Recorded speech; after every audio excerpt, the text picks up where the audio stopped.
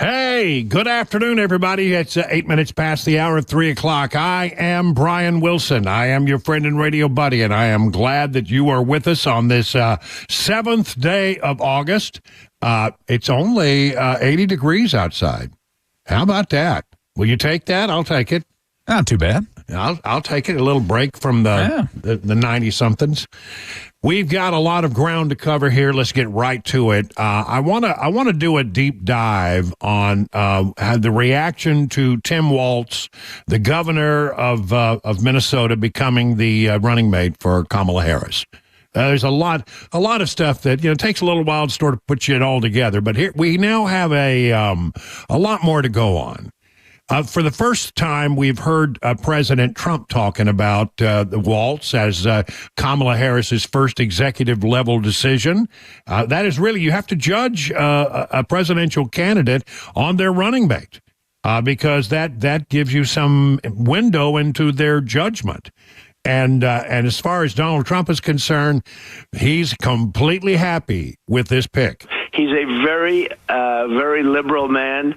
And he's a shocking pick, and I'm thrilled. I could not be more thrilled. If you look at his record with no walls, no security, let everybody in, he's a smarter version of her, if you want to know the truth. He's probably about the same as Bernie Sanders. He's probably more so than Bernie Sanders. She is more so than Bernie Sanders. That's got to be your guide, Bernie Sanders, and that's not a great guide. But there's never been a ticket like this. This is a ticket that would want this country to go communist immediately, if not sooner. And he's not where the country is on anything. And I think it's very insulting to Jewish people, and I think it's very insulting to people that want security. I think it's very insulting to anything having to do with making America great again. Look at this decision. This is a really bad decision for the country. Ultimately, I want the country to have good decisions, because ultimately what we want is for the country to do well. The country can't do well with these two people. So Walz is out there today campaigning with the vice president, and he's using words that I think he should not use. He's talking about things like his commitment to service and having a commitment to doing the right thing. Listen, and I'm going to stop and have a little commentary along the way here. Being a Midwesterner, too, I know a little something about commitment to people. At 17, I joined the Army National Guard. So he's talking about commitment to people, and then the next thing he talks about is joining the National Guard when he was young. Well, we appreciate your service, but there's a little more to that story. For 24 years, I proudly wore the uniform of this nation. Until he didn't. And do you know what caused him to jump out of the National Guard? He jumped out of the National Guard the moment that his unit was called to go to Iraq. When it became known that his unit was going to be summoned and they're going to have to spend some time in Iraq in country, he jumped out. And he was the top-ranking non-commissioned officer in his unit. And he left them as they were preparing to go to Iraq. Pretty interesting. So when you talk about service and you talk about commitment, well, that's interesting. Yeah, he did his service until it came time for the commitment, and then he jumped out. And that service, just as it did for my dad, a Korean War era veteran, and millions of others, I got the GI Bill, and it gave me a shot at a college education. So, this is even better. So he takes the opportunity, the things that service gave him, and he runs with it. He takes advantage of his service. Again, I'm not knocking the 24 years he was in, but it is sort of telling that when push came to shove, and you actually have to go out there and be, in country and put yourself on the line, he didn't want to do that. Yet he was more than happy to take the largesse that comes with having served in the military to take advantage of the GI Bill. That bothers me. J.D. Vance was eager to compare and contrast. When the United States Marine Corps, when the United States of America asked me to go to Iraq to serve my country, I did it. I did what they asked me to do it, and I did it honorably, and I'm very proud of that service.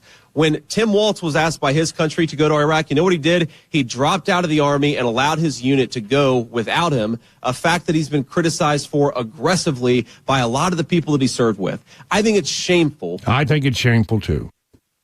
I do. I mean, I appreciate the 24 years, National Guard service, but when push comes to shove, he wasn't really all that committed, was he? Happy to take the largesse that comes with having served in the military, happy to take advantage of the GI Bill, but not willing to go overseas with the men and women who he was responsible for as their highest-ranking non-commissioned officer. I think he was a sergeant major at the time. He took a deduction in rank to leave. So there. I'll tell you, you judge somebody based on their friends. Bernie Sanders, he loves this nomination. Governor Walz, he comes from a rural state. He has been a champion of the working class. He's passed some very good legislation.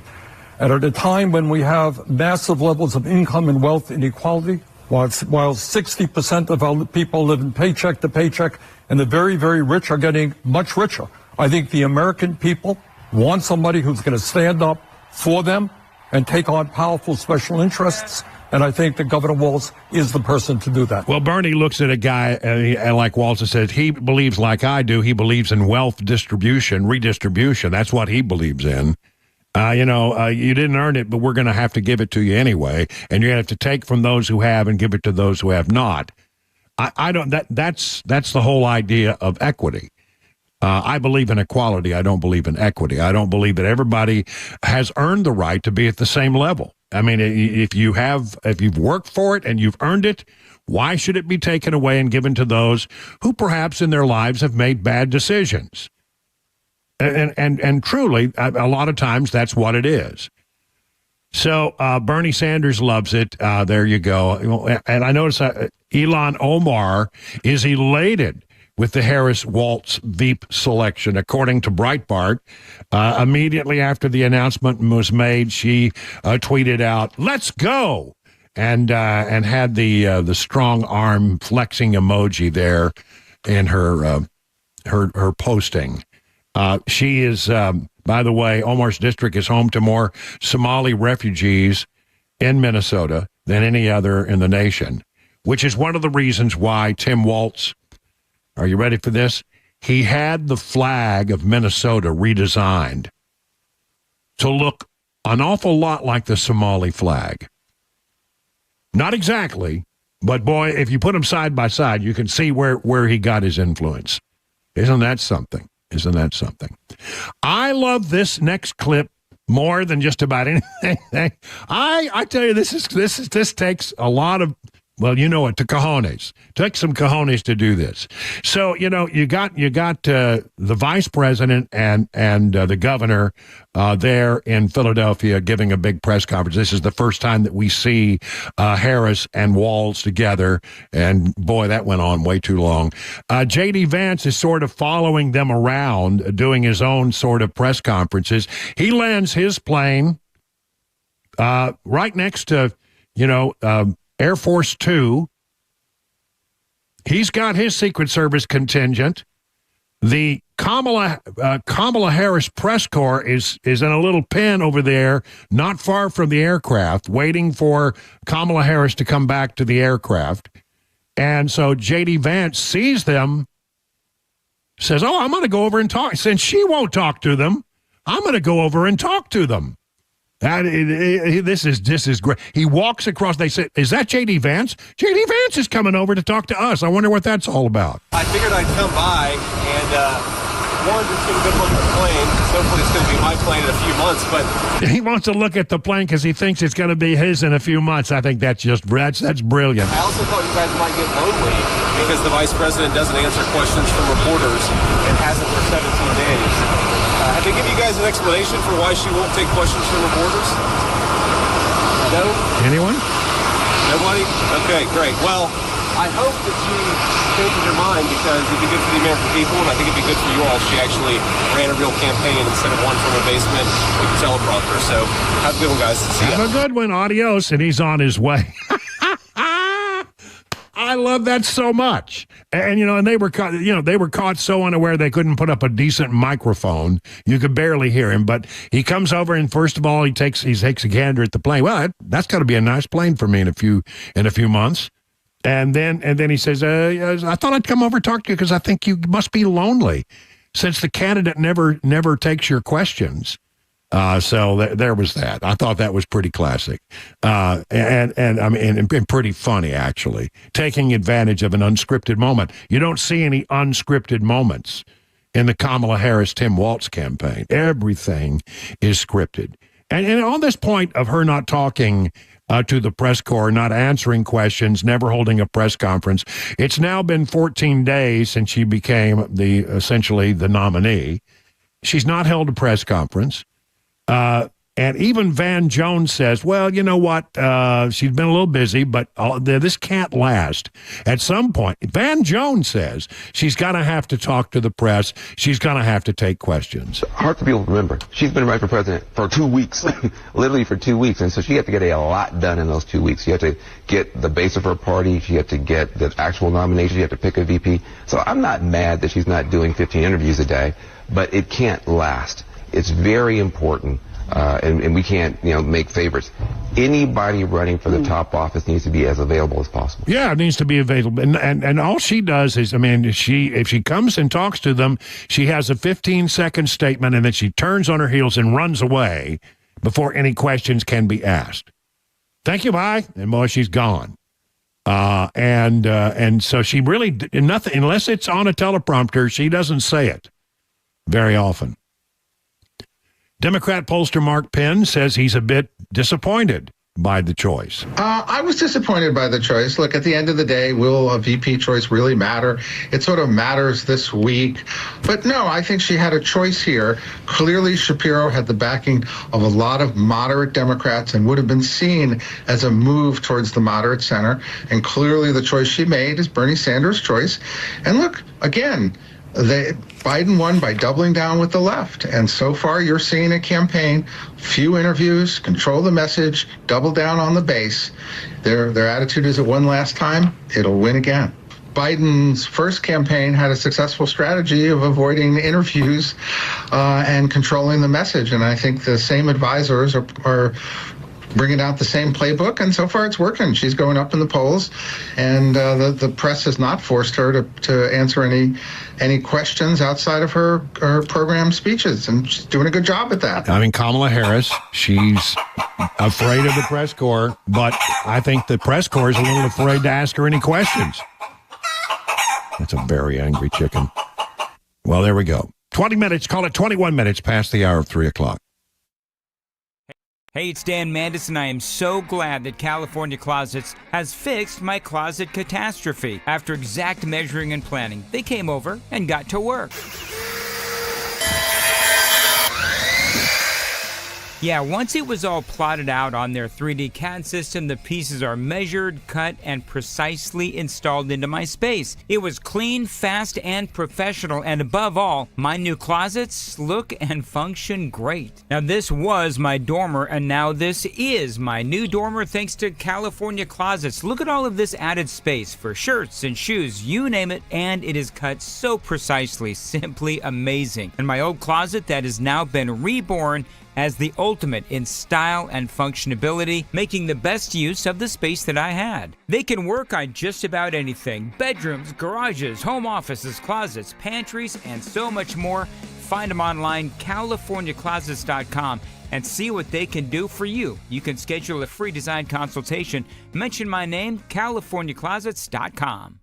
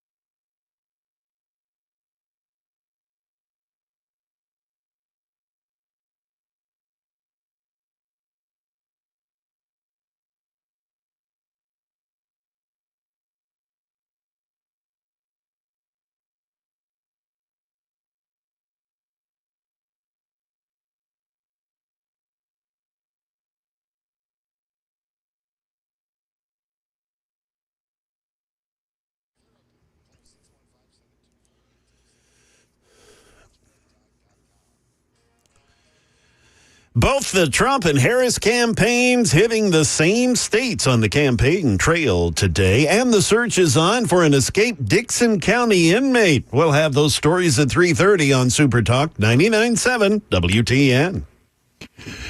Well, good afternoon. It's good to be with you. 25 minutes past the hour. You got Jay Harper in the newsroom, Chris Webber behind the glass, pushing all the blinky buttons, making sure that things go off the way they should, and keeping me under control. That's his job. And it's not an easy job, but somebody's got to do it. I think that there are some things that, really are just perfect and really, should be left alone. Well, why is it we have to mess with everything? Sometimes, like the song gets put out by an artist and they just nail it in a way that it can never be replicated. And you go, that's perfection. We should leave that alone. That song really should not be covered. There are just some of those songs. I'll just give you one. Don McLean, American Pie. Nobody else needs to sing that song. His version of it was perfect. And, there are a lot of things out there you could point to. Maybe you have a song where you feel that strongly about. But nowadays, it seems that, everybody's got to change everything. They got to make it better. They can't just leave well enough alone. I bring to you the new Alphabet song. Now, the old Alphabet song was pretty good. It has served, generation after generation after generation as we sing the A, B, C, D, E, F, G. That's the way you learn your ABCs, right? It worked for me. Chris, did it work for you? Did you learn your ABCs that way? I know most of them, yeah. You know most of them, that's right. Yeah. And, you grew up in Georgia, so I can't, that explains a lot. But putting that aside for a moment, why would you mess with it? Ladies and gentlemen, for your consideration, the new ABC song. There's just something wrong about this. D, E, F, G, H, I, J, K, L, M, N. What? O, P, Q. What? R, S, T, U, V, W, X, Y, Z. Oh, man. Now I never will forget how to say the alphabet. No. Your turn. No. This is wrong. Whatever happened to LMNOP? Apparently, some educators believe that there are children out there that think of the LMNOP as one letter.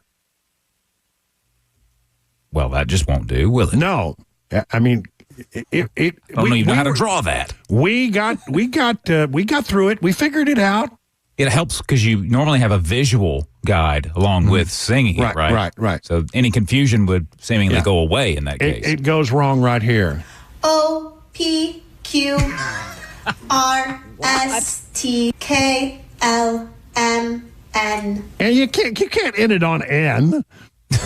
O, P, Q, R, S, T, U, V, W. No. X, Y, Z. This is just wrong. And then they have to be cute because now they've ended it in a different way. Now I never will forget how to say the alphabet.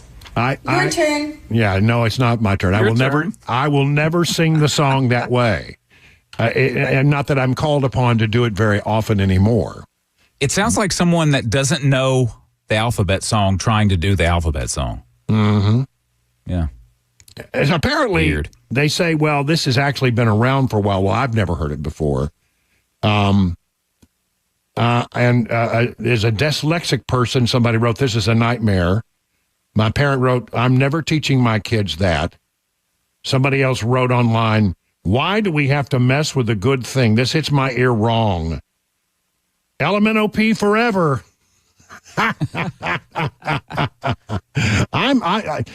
Listen. I like the old version. I'm going to stick with the old version.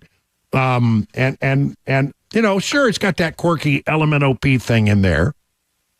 But There were generations and generations and generations of people who learned their alphabets with that song just fine. They were able to figure it out.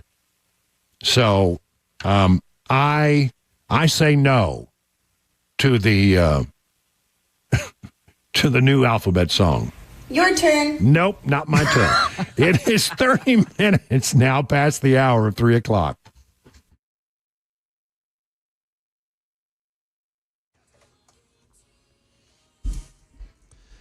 Yes, it is 3:30, and I'm Jay Harper with your top stories. Mostly cloudy, 81 degrees. A forecast and a traffic report are coming up in a couple of minutes.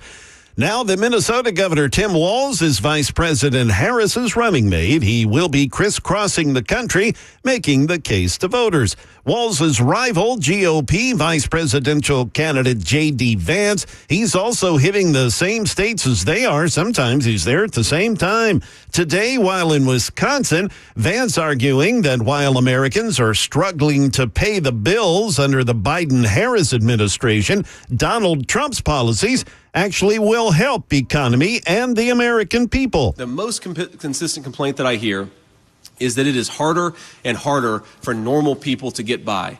And I happen to think that if you work hard and play by the rules in this country, you ought to be entitled to a good life in the country that your grandparents built.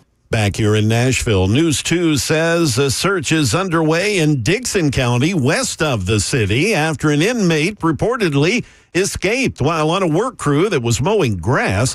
In a post sent out about 2 o'clock today, Dixon County Emergency Management said that Eric W. Robinson ran from the work crew in the Sladen area. Officials have asked residents in the area to keep the doors locked and stay inside if they can. Shortly after the post was sent out, Dixon County Sheriff Tim Eads told News 2 the search was still very active. Robinson is described as a white male. He's about 5'11", weighs about 190 pounds, and has long brown hair. Anyone who sees this man or sees anything suspicious, they're asked to call 911. That is the latest news. Traffic and weather are next. I'm Jay Harper, WTN News. Hey, it's Dan Mandis, and I am so glad that California Closets has fixed my closet catastrophe. After exact measuring and planning, they came over and got to work. Yeah, once it was all plotted out on their 3D CAD system, the pieces are measured, cut, and precisely installed into my space. It was clean, fast, and professional, and above all, my new closets look and function great. Now, this was my dormer, and now this is my new dormer thanks to California Closets. Look at all of this added space for shirts and shoes, you name it, and it is cut so precisely, simply amazing. And my old closet that has now been reborn as the ultimate in style and functionability, making the best use of the space that I had. They can work on just about anything: bedrooms, garages, home offices, closets, pantries, and so much more. Find them online, CaliforniaClosets.com, and see what they can do for you. You can schedule a free design consultation. Mention my name, CaliforniaClosets.com.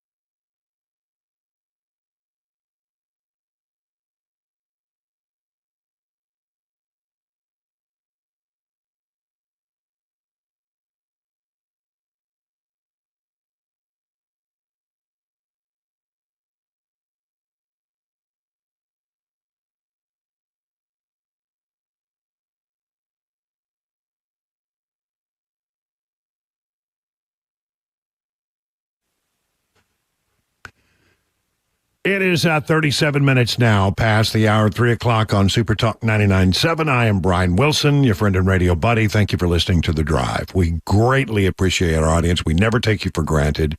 I will always be your friend and radio buddy. I just a closing note on that new Alphabet song.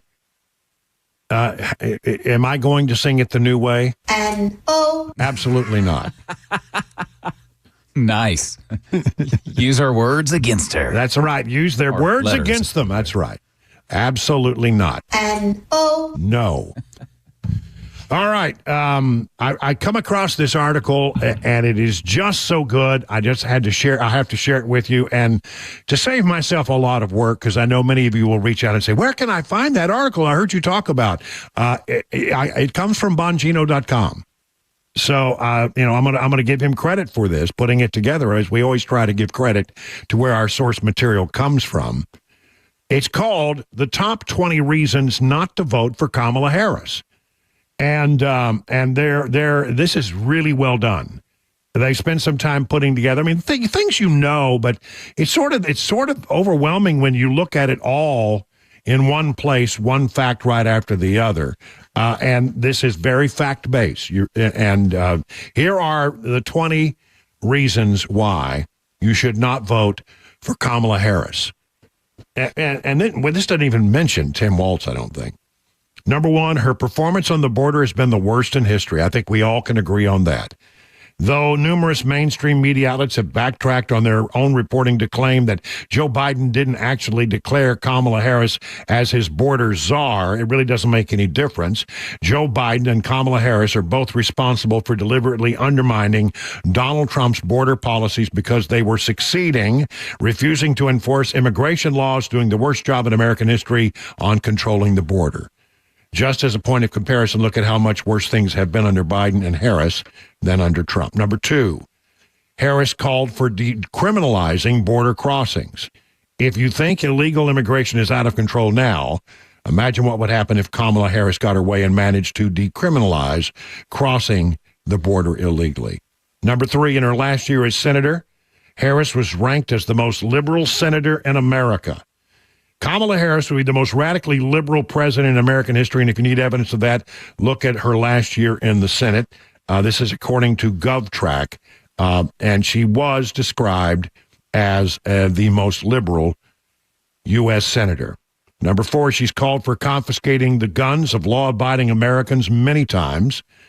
As the NRA documented, Harris has called for confiscating firearms from law-abiding Americans on multiple occasions. The examples included at a 2020 presidential campaign in Londonderry, New Hampshire, September 2019. Harris said the confiscation of commonly owned semi-automatic firearms was a good idea. Also in September, during an appearance on The Tonight Show starring Jimmy Fallon, Harris said, "I do believe we need to do buybacks." In other words, if she disagreed about a gun that you have in your gun closet or your gun cabinet, she would say, you have to give it to the government and we will buy it back. You have no choice. You must turn it over. We need to do it right away. A part of that has to be, buy back and give people their value, the financial value. No, you cannot put a price, because if you start taking those guns, they go up in value. It's just saying. Number five, the Green New Deal disaster. Do we need to go into this in great detail? She introduced the Green New Deal legislation. She was the Senate sponsor, and Alexandria Ocasio-Cortez was the House sponsor. The measure could have cost up to $93 trillion, according to the American Action Forum. The Heritage Foundation estimated that the Green New Deal would wipe out more than 5.2 million jobs by 2040 at a peak employment shortfall. 5.2 million jobs. Number six, she supports Medicare for all. When she was in the Senate, Harris was one of the sponsors of Bernie Sanders' loony Medicare for All bill. It was bad, really bad. Harris is one of 16 co-sponsors of Sanders' socialized health care plan, branded as Medicare for All, which would have cost $34 trillion over a decade, according to the left-wing Urban Institute, and it would have necessitated kicking about 180 million people off their private insurance plans. Number 7. Oh, man, we're just barely getting started here. She wants to ban fracking and offshore drilling. She wants to permanently shackle America's energy job production, kill many jobs, drive the cost at the pumps into the stratosphere. Well, if you ban fracking and offshore drilling, which she wants to do, that's exactly what would happen. There's no question I'm in favor of banning fracking. Oh, she says she's not now. But, I mean, we've got it. We've got the Wayback Machine that says, yes, she is against banning fracking. Fracking is the way we get most of our oil now. Except in the offshore situation, but I don't think they frack offshore, or not that much, but they do when you're going domestic land-based exploration of oil and natural gas. It is, by the way to solve the inflation problem is start, drilling, baby, drill. Number 8, she wants to ban gas-powered cars by 2045. We need to say nothing more about that. We've discussed many times why that is a bad idea. Number 9, Afghanistan was one of America's worst military debacles of the last century. Under the leadership of Kamala Harris and Joe Biden, not only did we lose the war in Afghanistan, but the whole country also collapsed in 10 days. Massive amounts of American military equipment were left to the Taliban, and as many as 9,000 American civilians were left behind because the way Kamala and Biden pulled out of the country was almost comically incompetent. It was the most humiliating moment for the American military since the fall of Saigon, and there was zero accountability for it under the leadership of Joe Biden and Kamala Harris. Number 10, we're halfway through. I mean, have you got enough reasons already? But let's keep going. The Biden and Harris administration has been a disaster on Ukraine. When Russia first invaded Ukraine, the Biden and Harris administration's response was to put tough sanctions in place while they shipped money and weapons to Ukraine. However, not only were the sanctions a failure, those sanctions also led to more cooperation between Russia and China. We pushed them right into each other's arms. Meanwhile, despite the fact that he's been clear for almost a year now that Ukraine cannot push Russia out of the country, Kamala and Biden have committed to spending billion after billion after billion after billion after billion. Number 11, the staggering incompetence of Kamala and Joe Biden on the war in Israel. Since the terrorist attack the Palestinians launched against Israel on October 7th of last year, the Israelis have been decisively defeating the Palestinians. So at this date, why is the war not over? Because Biden and Harris keep publicly undermining Israel to appeal to the anti-Semites and the pro-terrorist supporters in their Democrat base. This has given Hamas the impression that Biden and Harris may force the Israelis to give up in a war that they're winning handily and give the terrorists a victory they cannot win on the battlefield. All they have to do is hold out long enough. In other words, the incompetence of Kamala Harris and Joe Biden has unnecessarily extended the war. Harris and Biden also spent $320 million on a floating pier designed to transfer aid to the Palestinians. It was completely ineffective, and it broke down within a matter of days. Number 12, the college loan disaster. In a financially irresponsible move that is clearly an insult to Americans who paid off their own college loans, who did not go to college, Harris and Biden have been working nonstop to use our tax dollars to give welfare to people who owe money to in their college loans. In other words, they're using your money to try to buy votes. And bizarrely, there has been absolutely no discussion of getting the government out of the college loan business. 13, Kamala Harris has called for getting rid of the filibuster, which would likely lead to the end of America as a free country. The filibuster in the Senate. The founding fathers wanted America to be a republic, not a pure democracy, because pure democracies are inherently unstable forms of government. As friend Ben Franklin said, the moment that one party controls the House, the Senate, and the White House without a filibuster, they can essentially do anything. Democrats could make guns illegal, make it a crime to vote for Republicans, make the tax rate on states that don't vote Democrat 100%.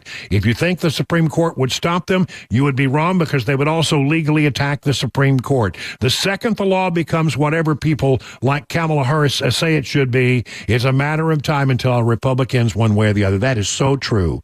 People do not understand the importance of the filibuster in protecting the rights of the minority in America. Now, you know what? Right now, we're in the minority in the Senate, and we love the filibuster. There have been many times when the Democrats are in the minority, and boy, when they're in the minority, they're not so crazy about getting rid of the filibuster, are they? Kamala Harris has been hostile to cryptocurrency. That's number 14. I won't go into a lot of detail there. Number 15, Kamala Harris helped put the George Floyd rioters and other criminals back on the streets. This is well documented. While liberals were burning down their cities and the country in 2020, Kamala Harris sent out a tweet encouraging people to donate money to help bail them out of jail. Kamala Harris, number 16, said, it is outdated policy and is actually wrong and backwards to think that more police officers will create more safety. When the defund police movement was hot in mid-2020, Kamala Harris actively supported it. Among other things, she said it's outdated and is actually wrong and backwards to think that more police officers will create more safety. Well, when you started taking them away, what did you find? Yeah, pretty clear, right? Things went bad in a hurry. Number 17, Kamala Harris would be the most pro-criminal president in history. Across America, soft-on-crime policies have created crime waves in major liberal cities that still haven't fully receded to the lower levels of crime we had when Donald Trump was in office. During a run for the presidency, Kamala Harris embraced many of the failed policies that have since been implemented in those liberal cities. Do we really want policies like this all over America? The answer is no. Number 18, she supported putting men in women's prisons and paying for their sex change operations, their transition surgeries. She calls it a civil rights issue. Number 19, her administration is full of weird guys in dresses. Well, it is. 20, inflation has devastated America's families under Kamala Harris. Conservatives will generally tell you that inflation is caused by monetary policy, while liberals bizarrely like to claim it's caused by corporations all getting greedy at the same time. But what can't be denied is that inflation has been completely out of control during the Biden-Harris administration. Grocery prices up 25%. New car prices up 29%. Used car prices up 34%. Rent has gone up nearly 30%. And they don't mention it, but let me mention it. Don't even look at the cost of your insurance right now. Your insurance has gone up dramatically. 20 reasons not to vote for Kamala Harris. It's 50 minutes now past the hour.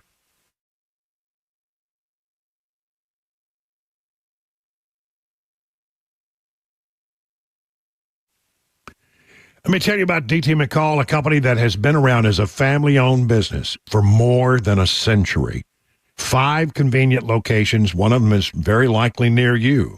And if you haven't been to a D.T. McCall's, you should go. You should walk around and see the things they have. Whatever it is you need. You need electronics, they got it. Big screen TVs, that kind of stuff. You need furniture, they've got it. You need appliances, oh man, have they got it. And by the way, they carry only the best brands. A.J. McCall's very, very particular about the kinds of appliances they sell, and you're going to get the best of the best. You need something to work in your yard. Maybe you need a new mower. I got a zero-turn mower, a Cub Cadet mower from D.T. McCall's, and it is awesome. That thing is a tank. And, man, the other day, I mowed my grass in record time. You should have seen me going. Just anything you could think of. They're not going to charge you more for delivery setup or the haul away of the old thing because they're not going to play those same games that the big box stores play. Find out about their 5 convenient locations and all the things they can do to make your house a home. Just go to their website, dtmccalls.com. The guaranteed offer is the easiest way to sell your home. It's really simple. We bring you an all-cash offer. You close in as little as 21 days. No home inspections. No lock boxes, no open houses. Go to markspain.com to get a guaranteed offer and start packing.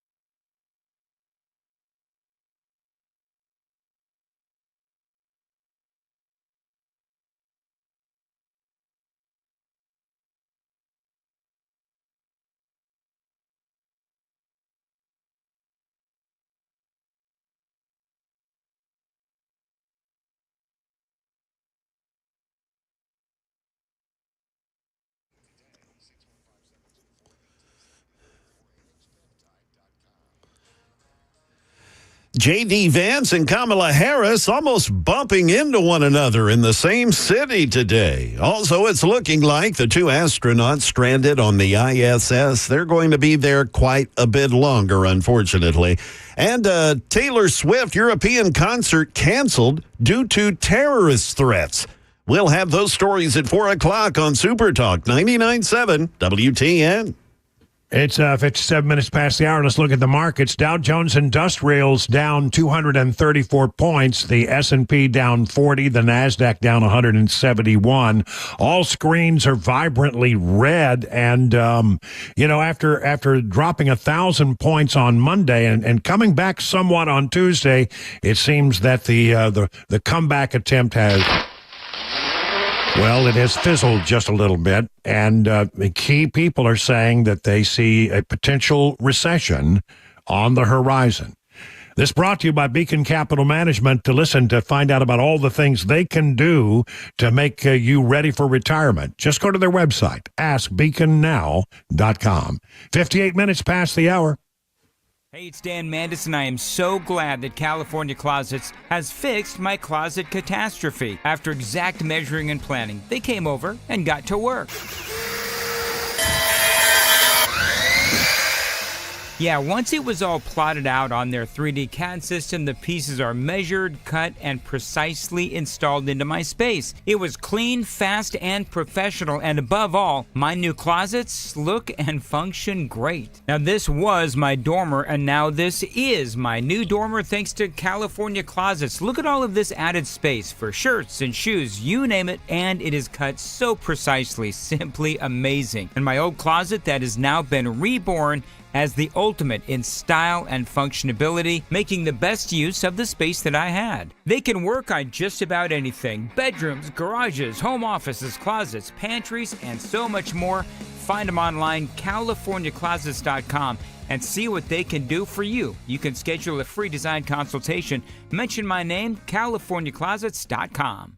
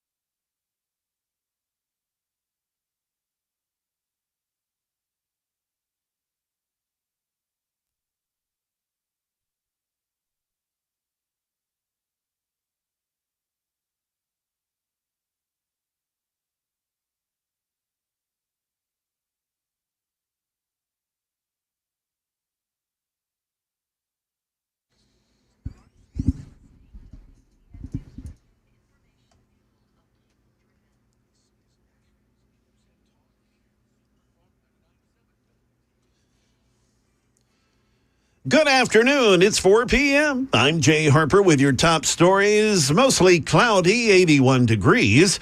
A complete forecast and a traffic report with Jack Womack are coming up. Now, the Minnesota Governor Tim Walz is Vice President Harris's running mate. He's crisscrossing the country, making the case to voters. Walz's rival, GOP VP candidate, J.D. Vance. He's also hitting the same states as they are, and sometimes at the same time. Today, while in Eau Claire, Wisconsin, Vance's plane, it was on the same tarmac as Harris's, and he walked on over to the vice president's aircraft. Had a little bit of fun. I don't think the vice president waved at me as she drove away, but I'm glad to have done it. NASA says it's now considering turning to SpaceX to get two astronauts home who went up over 60 days ago on a test flight for Boeing's Starliner. They were only supposed to be up there 10 days max, but the Boeing capsule has had some mechanical problems. But they may be turning to SpaceX That, however, would mean a long wait for the two astronauts to get back to Earth. Here's ABC's Alex Stone. Well, NASA and Boeing are trying to figure out a way to get Butch Wilmore and Sonny Williams back home on Boeing's Starliner to complete their mission. With the Starliner capsule still not ready to carry humans back, NASA now says it's considering bringing them home on rival SpaceX's Dragon capsule. But that would mean they would be up in space until February of 2025, when they would come back with a crew that would launch in September.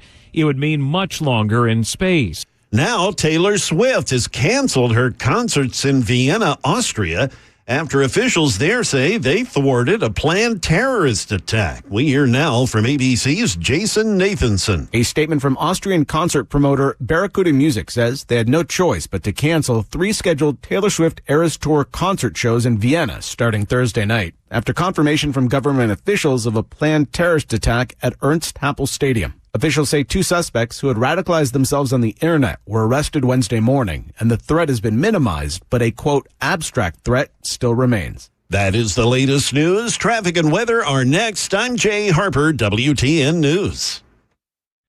Hey, what's up, guys? This is Matt Murphy for Members Nutrition. I want to tell you about the Members Nutrition difference, and I want to encourage you to go over to the Members Nutrition website. Number one, they believe at Members Nutrition that they can sell vitamins and supplements at a lower cost point, and they're doing it every single day at membersnutrition.com. Number two, they want to make these products right here in the United States of America, not from some overseas company, and they do that every single day. I encourage you to go to membersnutrition.com. You'll get 50% off your purchase price at checkout. You don't have to put in any codes. Just go to membersnutrition.com. Once again, membersnutrition.com.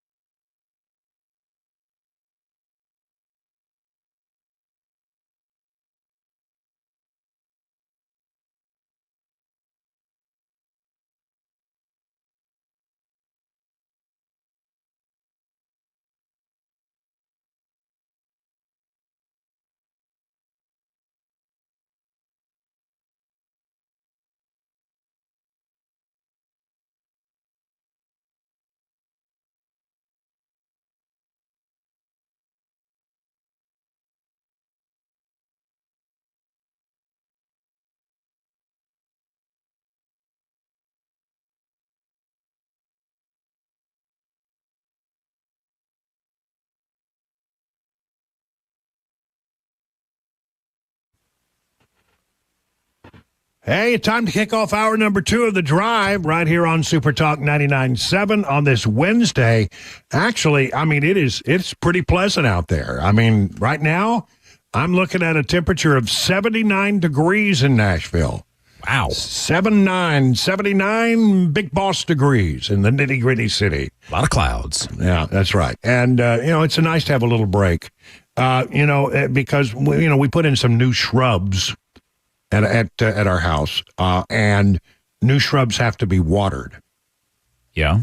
Yeah, and so, every day, bless her heart, Cabana wife gets up and she waters all the new shrubs before she goes to work. And she cares deeply about the shrubs. She doesn't care too deeply about the water bill, however, because she left the water running today for 5 hours. Forgot to turn the water off. Well, they're well watered now, though. That's no, because important. it just went into a big hole, not even near any of the shrubs. And I mean, we got a moat out there around our house now. Well, just go get some goldfish or koi and call it a pond. Yes, now why didn't I think of that? Yeah. Well, there you go. I know. Look, I'm not complaining because she works hard. She works hard for her money. She does, and she works hard around the house because I don't want to get out there and water the plants. Who's got time for that? I ain't got time to water no plants. All right, so we spent a lot of time talking about Tim Walz and Kamala Harris, but we're not done yet. We're not done yet. We got to talk a little more about politics with our 2024 update because we're a long way from being done. We're about, I think 90 days till the election, something like that, real close. I'm going to give you the numbers, the good, the bad, the ugly, just as this is the way it is. Recent polls have Harris up in the general election number between 1 and 4 points. That has happened in just the last few days since she's been made the nominee. But it used to be Trump up by 1 to 3 points. In the general election, it's now Kamala Harris up between 1 and 4 points. On average, it's probably about 2. So there we have that. And look, I'm not too worried about the general election number because the general election number is something that doesn't mean a lot. We don't elect presidents with general electric number. There have been a lot of times where the popular vote has been for one candidate, but the electoral college vote was for another. You got to play the electoral college game. How is that looking, however? It's tight. It's really tight. Wisconsin. Trump now leads in Wisconsin by 0.2. Pennsylvania by 1.8. Arizona by 2.8. Nevada by 4. North Carolina by 3. Georgia by 0.8. Harris leads outright in the state of Michigan by 2. That's the Real Clear Politics average of battleground polls. And the average is now starting to get a little meaning because we've had enough polls there for it to be a good, solid average. There'll be more in the days ahead. But right now, you'd have to say that Harris is got some momentum. And is this the high watermark? I hope that it is. I think it probably will be. I think there's some irrational exuberance. To quote some Democrat. Axelrod said that he thinks there's some irrational exuberance. I think Democrats for a moment are so excited about having somebody else besides Joe Biden being the standard bearer that they will glom on in an excited way, and there's a little enthusiasm that wasn't there before. But here's what I think. I do believe, and we'll go into this in a moment, as you start to understand what Kamala Harris stands for, when you start to understand what Tim Walz stands for, you're not going to like it because it is way outside mainstream thought. Now, I know that you were never, most of the people within the sound of my voice were never going to vote for either of those guys anyway. I get that. But I need you to understand that you're not the problem that we need to be concerned about at the moment. You are on the Trump train. You are in the tent. You don't need any convincing. I know. But there's a group of people out there called independents and moderates who haven't made up their mind yet. And I think as we start to lay out in a more effective way, and we're starting to turn the corner on our messaging, it's starting to get a little more in the right direction. When we start laying out exactly who she is and who he is, then the people are not going to want that, because it's certainly not in keeping with mainstream thought. She is the antithesis of mainstream thought. All right, and the other thing is that, you know, right now on the Democrat side of the equation, we got a duck. We got Joe Biden. He's a lame duck. He's an angry little lame duck. Well, I mean, they pushed him out, and he's not happy about it. I think he's sitting now, you know, there in the basement of the White House sulking. So there's that. And then we also have, you know, a chicken, because Kamala Harris will not answer any questions. She will not put herself in a place where she does anything other than read the words that have been written for her on a teleprompter. She never ad-libs. And the one time that she did ad-lib in the last 14 days, it didn't go well. It turned into word salad. So she's chicken. She's an angry chicken. There you go. So we have that. So here's what we have in the 2024 thing that I want to bring to your attention. There will apparently, it looks like there's going to be a debate. I don't know what I could say will, but it's looking more like there will be. Sadly, I don't think it's going to be on Fox. He was on Fox this morning, and he said, I think we'll be announcing it fairly soon, that there's going to be a debate. I would like to see it on Fox, by the way. I'm all for Fox. I think Fox would do a really good job. But two people have to agree, which sounds like he's talking. Then he went on to talk about, everybody loves me now. CBS loves me, NBC, ABC, they all love me like they never loved me before. They love him because they're trying to talk him into doing a debate on their particular channel. I hear she's sort of a nasty person, but not a good debater. We'll see, because we'll be debating her, I guess, in the pretty near future. It's going to be announced fairly soon. We'll be debating her. So that announcement has not yet come out, but it sounds like he's made a decision, and I think it's a good decision, quite frankly, really a good decision. Why? Because she's not good on the fly. She's not good, winging it. And Trump is pretty good on the fly. So, put her in a position where she's not on teleprompter, and I think America will see just how thin the intellect is. It's really, really thin. You know, the mainstream media are all enamored with the Democrat ticket these days. They've been deifying really Kamala Harris, and they looked at Tim Walz, and it seemed according to the Federalist that there is one adjective that has been used to describe Tim Walz. He's folksy. He's folksy. Do not be afraid. Do not be tricked by his folksy demeanor. From the Federalist. Kamala Harris's vice presidential pick is a dedicated cultural and economic leftist who happens to inhabit the body of an average middle-aged bowling team drinking buddy.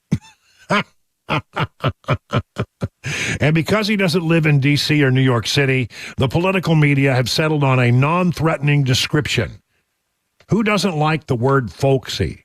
Virtually every major media piece on Waltz, identical in its glowing tone and content, stressing his down-home everyman appeal while de-emphasizing his insane record.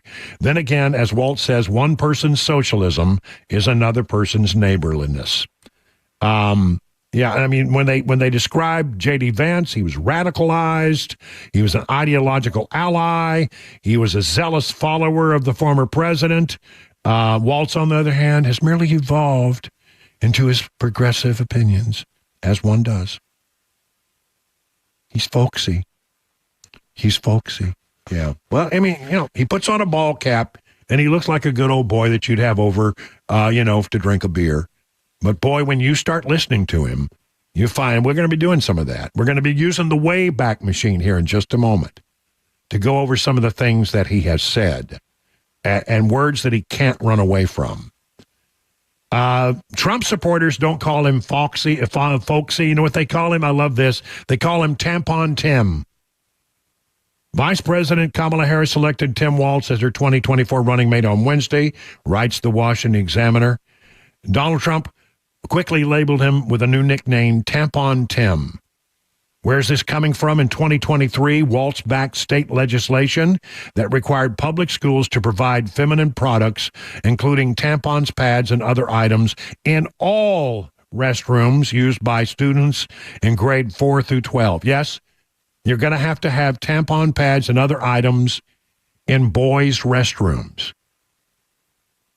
Minnesota Republicans sought to amend the legislation before its passage to limit those products only to women's restroom, but they were blocked. The law went into effect on January 1st of this year. So that's why they call him Tampon Tim. He has insisted that tampon pads and other feminine hygiene products be placed inside the students of fourth graders, the bathrooms of fourth graders, all the way through the 12th grade. Yeah, then that's a great idea. That's a great idea. So, again, there you have it. Kamala Harris, as we pointed out, has avoided interviews for more than 2 weeks since becoming the Democrat nominee. J.D. Vance has been having some fun with that. If you haven't heard, let me see if I can find where I put it. I got so much sound here today. Here is J.D. Vance. This is a little better sound. He walked across the tarmac from his plane to Air Force Two, where Kamala Harris's press corps was standing by, and he interacted with them. I just wanted to check out my future plane, but I also wanted to go say hello to the vice president and ask her why Kamala Harris why does she refuse to answer questions from the media? And I also thought that the press gaggle following her might get a little lonely. Yeah, he's going to come over and talk to them because they get lonely. Kamala won't talk to them. And he wanted to check out his future plane. I think that's brilliant. It's pretty good. And I'll tell you, that was on the fly. Can you imagine Kamala Harris trying to pull off something like that? I mean, all we would get would be the...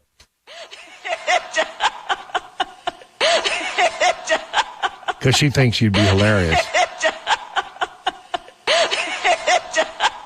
At that point, is honestly... Just ask your Democrat friends, do you want 4 years of that?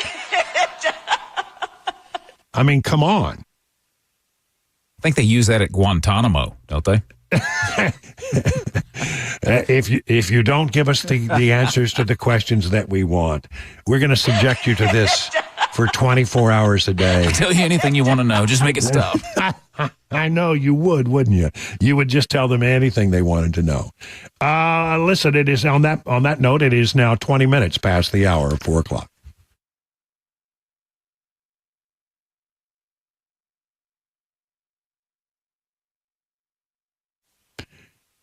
Let's talk about the Restoration Wellness and Med Spa. Let the team at Restoration Wellness help you achieve your summer weight loss goals. Restoration Wellness is a leader in weight loss management in Wilson County, located in Lebanon. Call the Restoration Wellness team today at 615-470-8124. Or visit them at their website, restorationwellnessmedspa.com, to book a consultation today. Now, when you get there, you're going to meet my friends Carly and Jamie, and they will take great care of you just like you're one of their own member of the family. I mean, I really love these two people. They're great. They've been great for me, too, because I'm part of the 1,000 patients who've already seen life-changing results from the weight loss management program there. I'm down 25 pounds. Each and every day when I get on the scale, it's good news. I love it. And you know what? It's been the easiest thing in the world. The weight has just dropped off, and I'm not hungry, which is a big dog deal to me. Customized treatments. They had to find out about me. They asked me about my lifestyle, my goals, my unique needs, and then they came up with a plan that works for me. Your plan may be a little different. So whether your goal is to lose stubborn body fat or improve your overall health, Restoration Wellness has a solution for you. Learn about all the newest technology in weight loss management and go to their website and read more about them. RestorationWellnessMedSpa.com. The guaranteed offer is the easiest way to sell your home. It's really simple. We bring you an all-cash offer. You close in as little as 21 days. No home inspections, no lock boxes, no open houses. Go to markspain.com to get a guaranteed offer and start packing.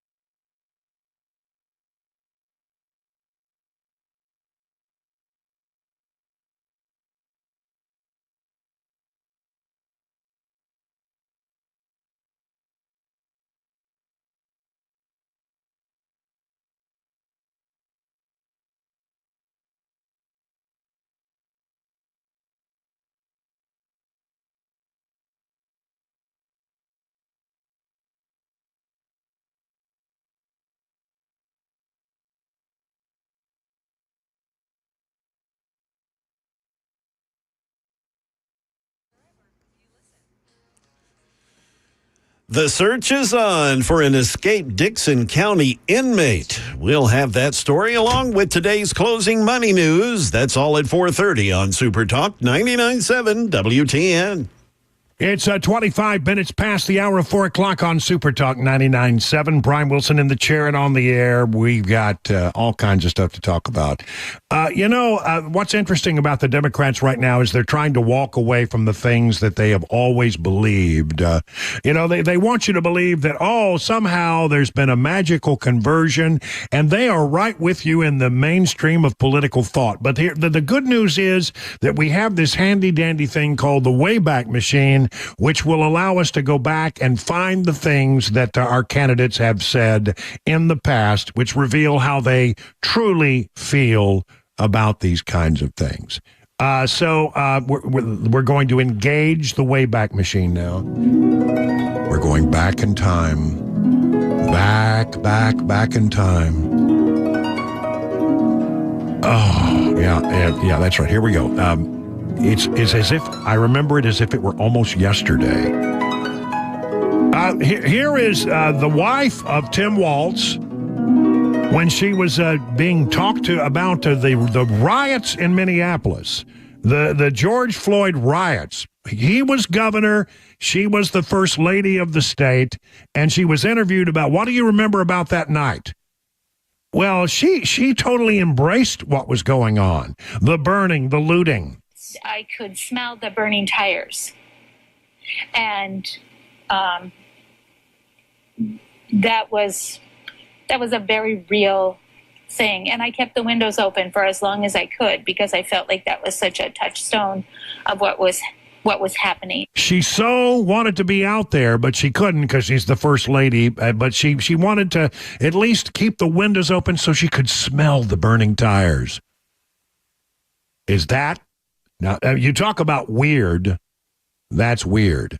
And for days, 3 days, I think it was, the governor, Tim Walz, did nothing to stop the looting.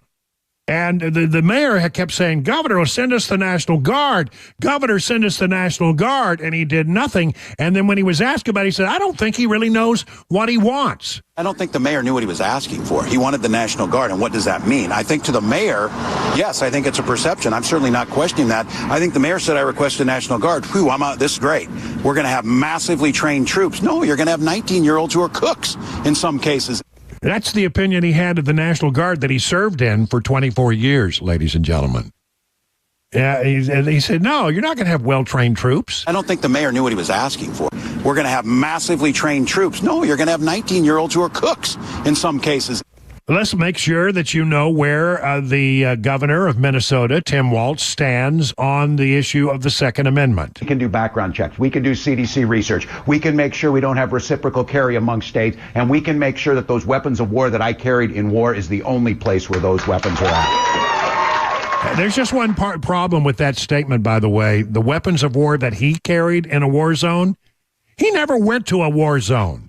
The truth of the matter is when it came time for his battalion to go to Iraq, he resigned. He got out. He left them high and dry. Then there's this, Jim. Don't ever shy away from our progressive values.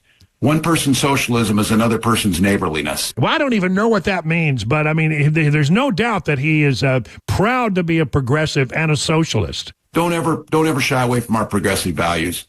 One person's socialism is another person's neighborliness. And then when you talk about the border, he's all in favor of letting people come in. He said, you build a wall, I'm gonna try to build taller ladders. He talks about this wall. I always say, let me know how high it is. If it's 25 feet, then I'll invest in the 30-foot ladder factory. That's not how you stop this. So understand, they cannot walk away from the Wayback Machine.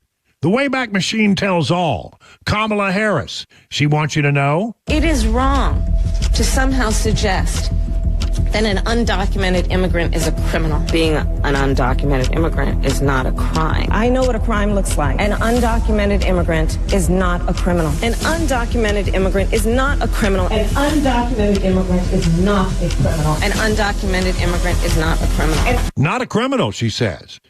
Not a criminal. And then when it comes to solving the nation's energy prices and driving down the price of gasoline at the pump? There's no question I'm in favor of banning fracking. So, yeah,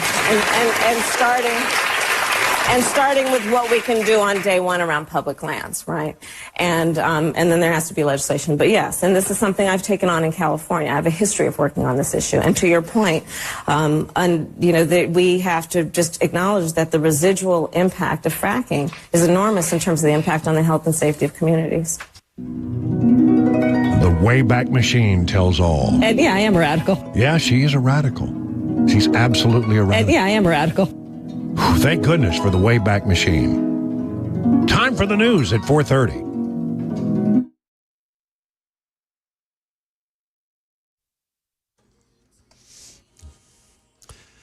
Good afternoon. It's 4:30. I'm Jay Harper with your top stories. We're seeing a little bit of sunshine finally. 81 degrees. A complete forecast and the latest traffic report are on the way. News 2 reporting that a search is underway in Dickson County after an inmate reportedly escaped while on a work crew. They were out mowing grass. In a post sent out a little earlier this afternoon, Dickson County Emergency Management said that Eric W. Robinson ran away from the work crew in the Sladen area.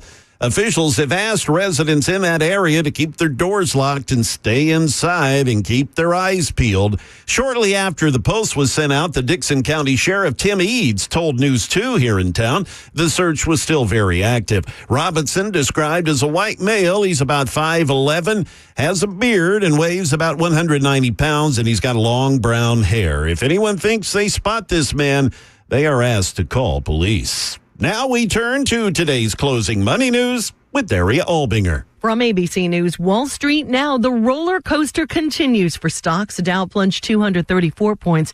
The S&P fell 41 and the Nasdaq gave up 171 points. Earnings season rolls on with Robinhood and Warner Brothers among the companies expected to report after the close. Investors are expected to pay more attention than usual to Thursday's jobless claims report. A lackluster July employment report drove the drop last Friday on Wall Street, which continued into Monday's trading session. Investors are hoping that the monthly report is a one-off. CVS Health cut its 2024 forecast for a third time as the healthcare giant continues to deal with high utilization in its health insurance business. The Walt Disney Company had a profitable third quarter with its combined streaming businesses making money for the first time, paired with a very strong showing in theaters for its latest movie, Inside Out 2. Disney is the parent company of ABC News. That is the latest news. Traffic and weather are next. I'm Jay Harper, WTN News.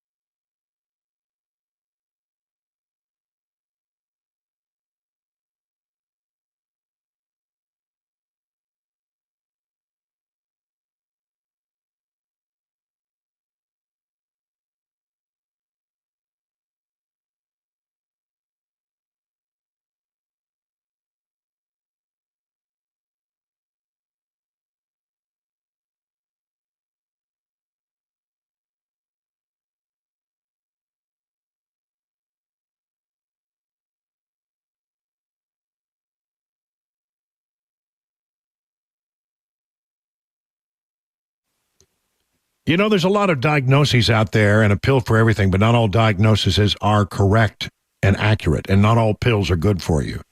When you get a diagnosis for European auto repair, get a second opinion before you make a major decision. And Eurofix, in case you don't know, is the home for second opinion. Before you spend hundreds or even thousands of dollars on European vehicle repair from a diagnosis you got somewhere else, why don't you go to Eurofix? It could save your vehicle's life, could save you a ton of money.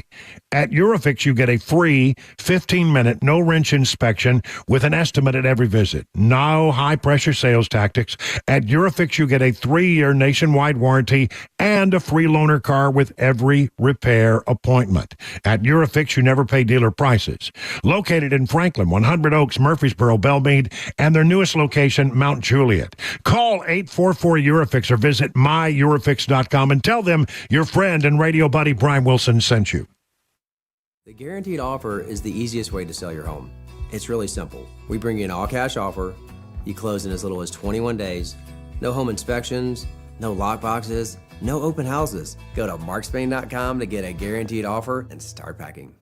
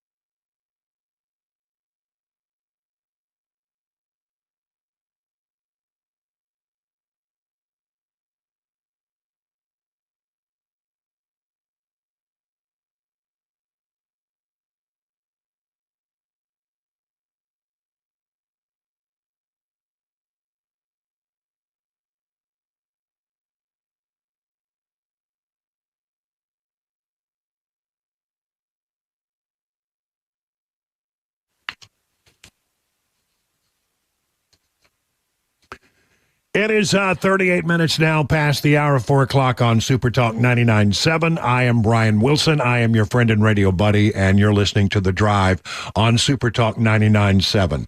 As is always the case on Wednesday, when we're lucky and our schedules can sync up, we are joined now by Pete Hegseth. He's the host of Fox and Friends Weekend Edition, and when he's not doing that, he's a resident right here in Middle Tennessee. And we're glad to have you on again, Pete.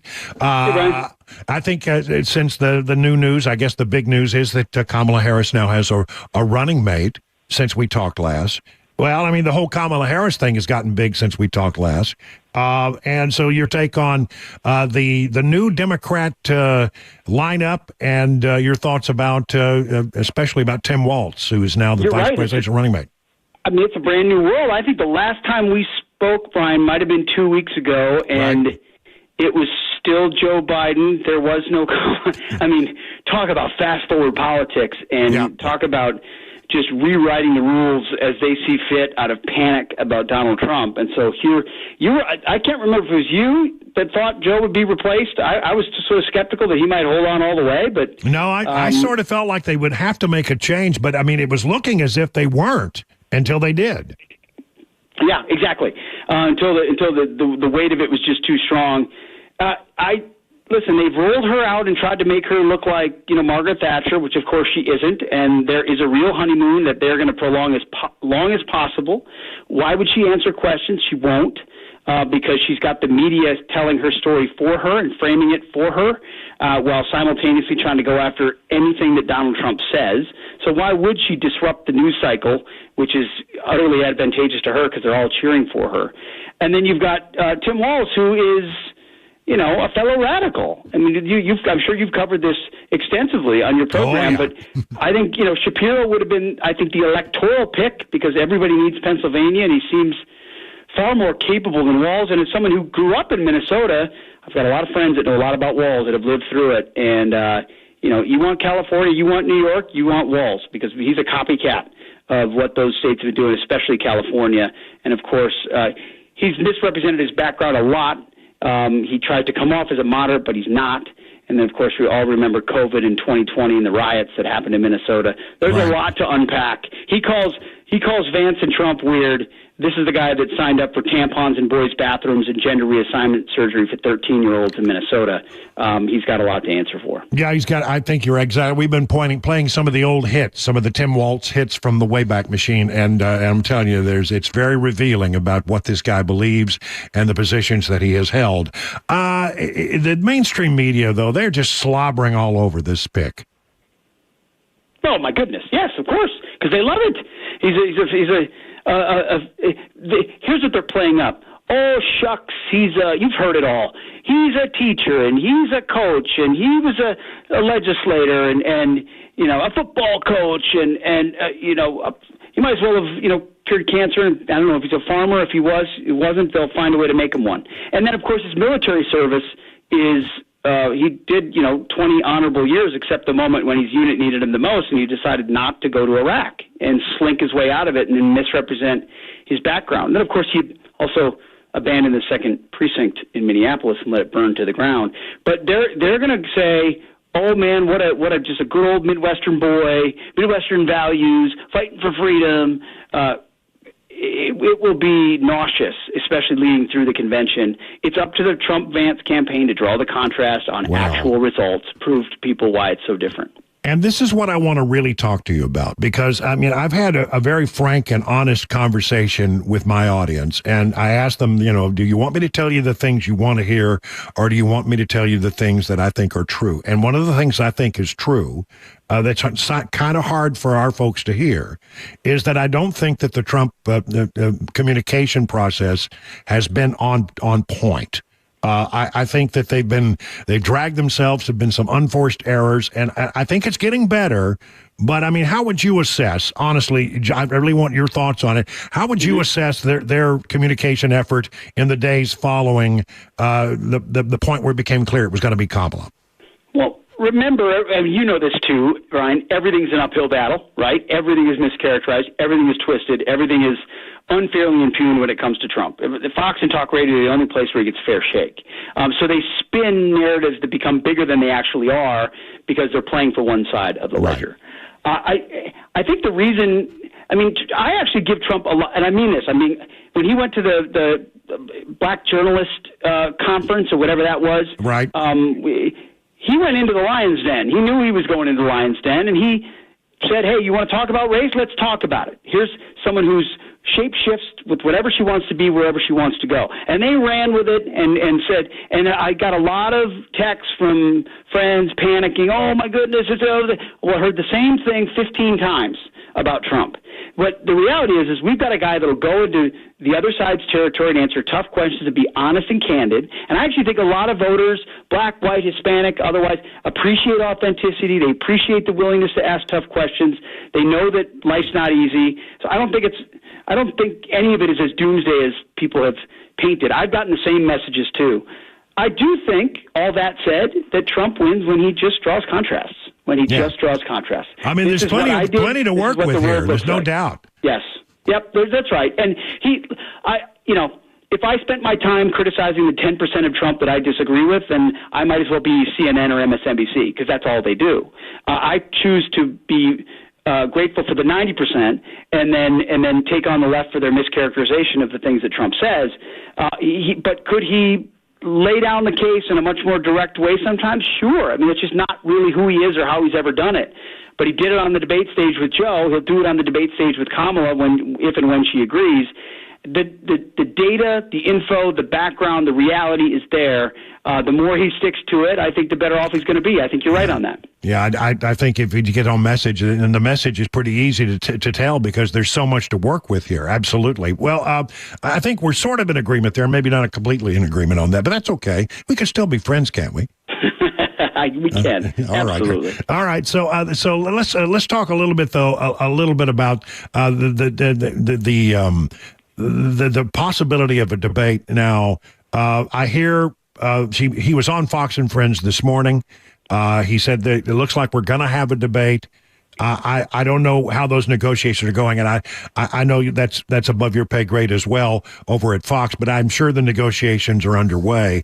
Do you think we'll have a debate, and how do you think that's going to play out? Because I think she's horrible when she's not on a teleprompter. I think you're right. I think the more they can get, the better, Brian. I think in a perfect world, in my mind, let's do the ABC debate. Let's do a Fox debate. Let's do, CNN already did a debate, so let's do an MSNBC debate. I don't care. And then throw in one other network, C-SPAN, and have a debate. Let's have 4. The more Trump has, I think, the better, because it will expose her inability to articulate, as we've all seen on the clips you've played and the clips we play at Fox. She can't describe things like inflation. She can't describe, what border security would mean and why. She can't, off script, describe really anything powerfully other than January 6th and how much she loves abortion on demand. That's pretty much it. So let's put her on the spot as many times as possible. I think we'll land on at least one. If I'm her, why would I do more than that? Because I know I'm not good at it. But maybe there's enough hubris that she thinks she is. And so I think 2 to 3 is likely.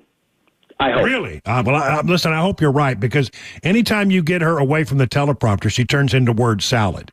The one time, and she's been very good. They sent her out there, said, Kamala, go out there, read the teleprompter, hit your marks, say the things that we write for you and nothing else, and then get back to the plane and try not to interact with the press corps.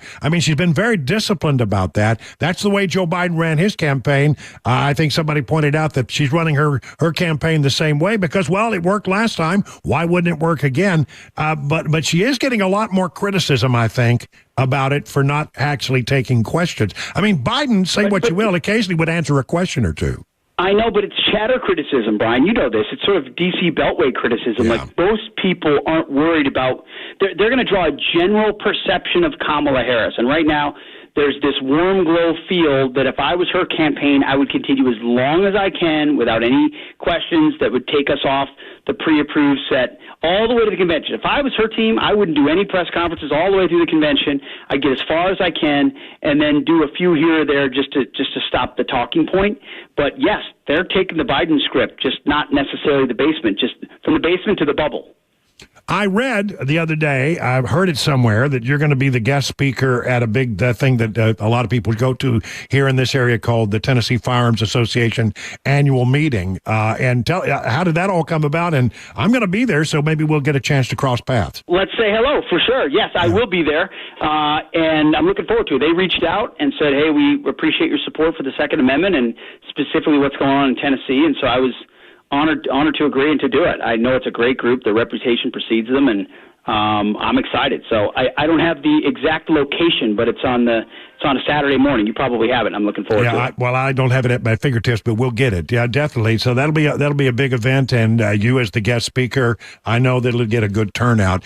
I've been to this event many times before, and I got to tell you, it's a good event. It really is. And it does support Second Amendment causes here in the state of Tennessee, and I know how strongly you feel about that. Pete, it's been good catching up. I'm sorry that we didn't get to meet with you last week, but I mean, we caught up pretty quickly, didn't we?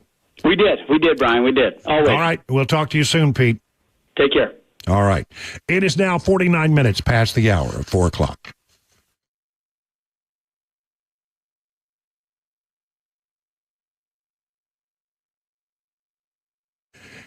Hey, don't be surprised this week to see other jewelry store owners shopping at Genesis Diamonds. They'll be taking advantage of Genesis' most aggressive offer ever.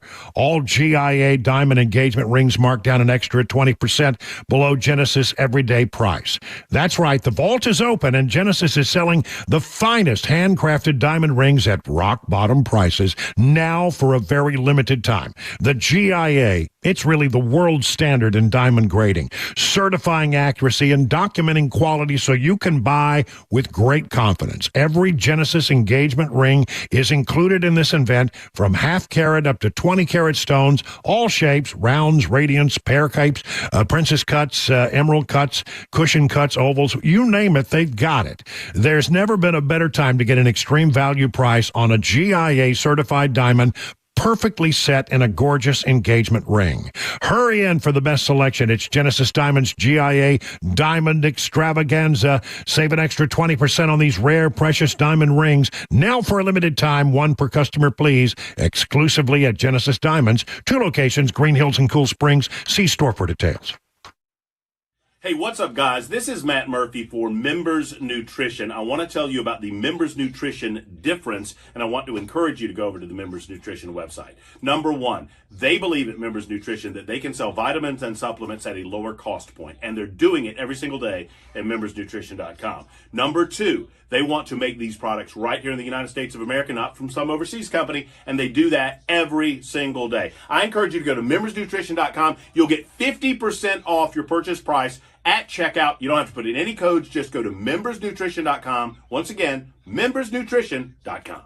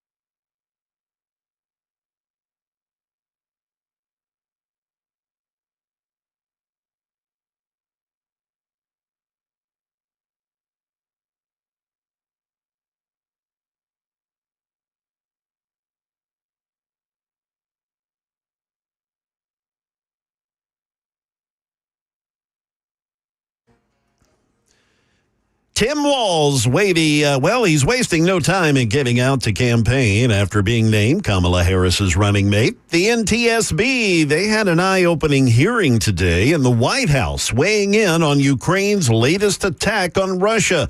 We'll have those stories at 5 o'clock on Super Talk 99.7 WTN. Thank you, Jay Harper. I think it's time to free Butch and Sonny. Butch Wilmore and I guess it's Sonny or maybe Suni Williams. They're the two astronauts that have been trapped on the International Space Station. They've been there for 63 days, which is roughly 7 weeks longer than they were expected to be there. And they still don't know when they're going to get back. It's entirely possible they may be there through the presidential election and into February of 2025. Wow. Apparently, they came up on the Boeing Starliner. And I don't know. I would like to hear the story of what went wrong and how. I think it probably was really good work by the crew to salvage that docking maneuver because they lost their thrusters. Their thrusters malfunctioned, and there's a helium leak. And so, the question is, how did they get the thing docked in the first place? But now the question is, can they fix the thrusters and can they go back safely? Because you wouldn't want to try to re-enter and have your thrusters not working. So there is a possibility that the people at SpaceX will have to send up a capsule to retrieve them because the Boeing capsule has malfunctioned. That's embarrassing. That's got to be really embarrassing, but they're trying to work it out. We'll keep you up to date on the plight of Butch Wilmore from Mount Juliet and Suni Williams. Will they ever get home?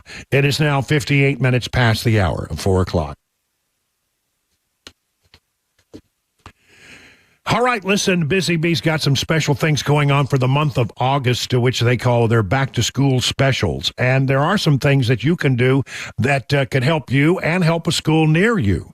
If you purchase a new high-efficiency HVAC unit, you can then register to win the Healthy Hive giveaway, which would give $2,000 to a local school of your choice, as long as that school is within their service area, not out of region or out of state. Okay. Then another thing, buy one, give one free Beehive membership for teachers, faculty, and staff of any local schools and higher education institutions within the service area. Got to be in the service area, not out of region or out of state. And so the deal is, if you get a Beehive Club membership and all of that it includes, and you can give one to a teacher, a member of the school faculty or staff.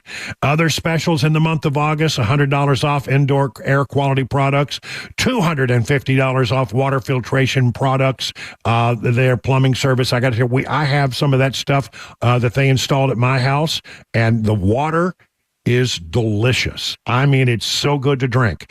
Here's the number, 615-775-7833. Learn more by going to their website, busybeehvac.com.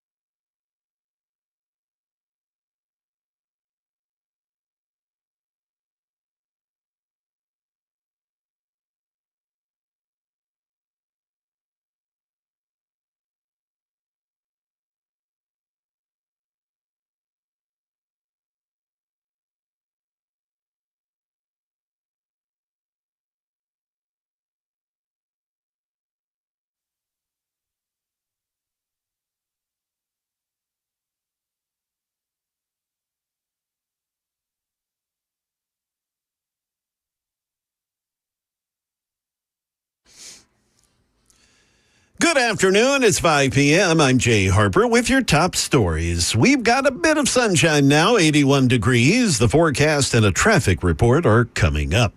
Minnesota Governor Tim Walz, now the Democratic vice presidential nominee, was campaigning in Eau Claire, Wisconsin today. Walz is a former high school teacher, and he says his students encouraged him to run for office. I never thought that much about it, but they saw in me what I was hoping to instill in them. This idea of a commitment to a better world, a common good, a belief that one single person can actually make a difference. Walz is a two-term governor of Minnesota. Before that, he was a congressman in Minnesota for a dozen years. New details are coming out about that Alaska Airlines Boeing 737 MAX that had a door plug rip off in the middle of a flight back in January. An NTSB hearing is focusing on the incident and safety at Boeing. ABC's Alex Stone reports. In the ongoing NTSB hearing, new details are coming to light about production quality issues at Boeing. NTSB Chair Jennifer Hamady saying they've heard from Boeing workers about the plane fuselage pieces showing up at the factory. One Boeing employee, not a contractor, said planes come in jacked up every day. And in the hearing, new harrowing accounts of what it was like for the pilots on that Alaska Airlines plane, depressurized with their headsets ripped off, using hand signals to communicate, unaware if the back of the plane was even there anymore. Now we switch to the war between Russia and Ukraine. The White House says it did not have any advance knowledge of Ukraine's plans to attack Russia's Kursk region, about 75 miles away from the Ukraine-Russian border. Russian President Vladimir Putin has called the surprise large-scale incursion a provocation.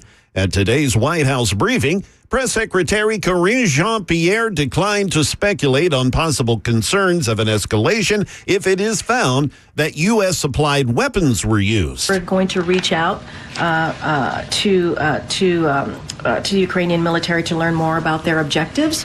As far as the specifics on that, I would refer you to the Ukrainians to speak about their own military operations. And now, back in Middle Tennessee, Metro Police detectives arrested one of the department's most wanted suspects yesterday. Police say that during a 2-month-long crime spree, 30-year-old Thad Basquette stole a victim's Dodge Ram pickup truck and proceeded to run over the guy as he fled. The victim suffered severe injuries. The man was in the hospital for more than a week. His credit cards were also stolen and used. Basquette, he's also accused of stealing a Mack dump truck, along with tools, as well as a Honda four-wheeler and a Ford Ranger. Basquette was found with a glass crack pipe and weed at his arrest at the time of the arrest. Now, he's being charged with especially aggravated burglary, aggravated assault, trespassing, vandalism, vehicle thefts. He's in jail on a $163,000 bond. That is the latest news. Traffic and weather there next. I'm Jay Harper, WTN News. Hey, what's up, guys? This is Matt Murphy for Members Nutrition. I want to tell you about the Members Nutrition difference, and I want to encourage you to go over to the Members Nutrition website. Number one, they believe at Members Nutrition that they can sell vitamins and supplements at a lower cost point, and they're doing it every single day at membersnutrition.com. Number two, they want to make these products right here in the United States of America, not from some overseas company, and they do that every single day. I encourage you to go to membersnutrition.com. You'll get 50% off your purchase price at checkout. You don't have to put in any codes. Just go to membersnutrition.com. Once again, membersnutrition.com.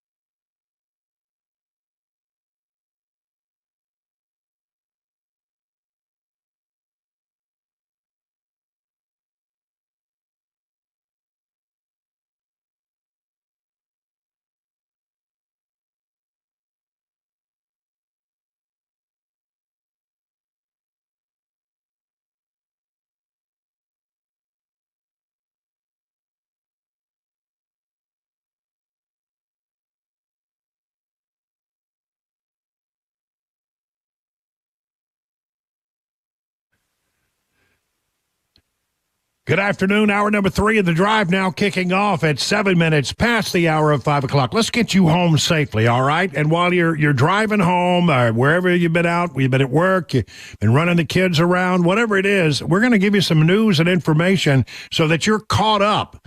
When you arrive home, you can sit down to dinner and you'll be well informed for that dinner conversation. That's right. and it's good to have that dinner conversation in front of the kids. Bring them along. Help them understand what's going on in the world around you.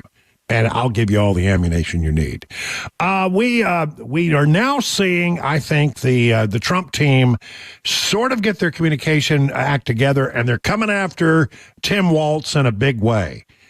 Tim Walz, of course, governor of Minnesota, chosen as the running mate for Kamala Harris.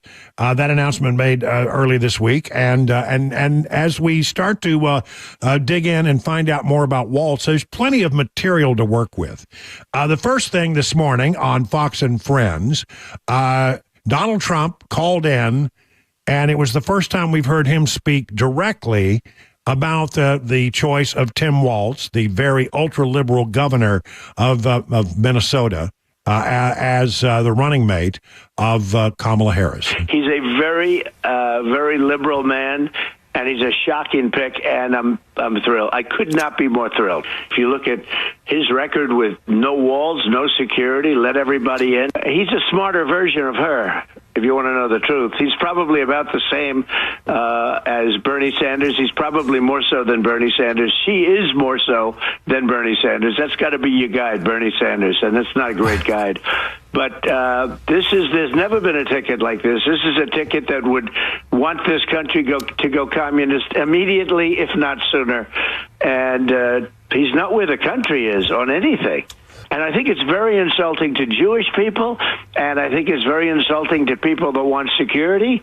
I think it's very insulting to anything having to do with making America great again. Look at this decision. This is a really bad decision for the country. Ultimately, I want the country to have good decisions, because ultimately what we want is for the country to do well. The country can't do well with these two people. All right, so there's Donald Trump weighing in, listen, on the campaign trail, Governor Walz has been out there bragging about things like service and commitment. He ought to think twice about doing those things and talking about those particular issues, as I will express. But here's what he said. Being a Midwesterner, too, I know a little something about commitment to people. At 17, I joined the Army National Guard. Hold on a minute.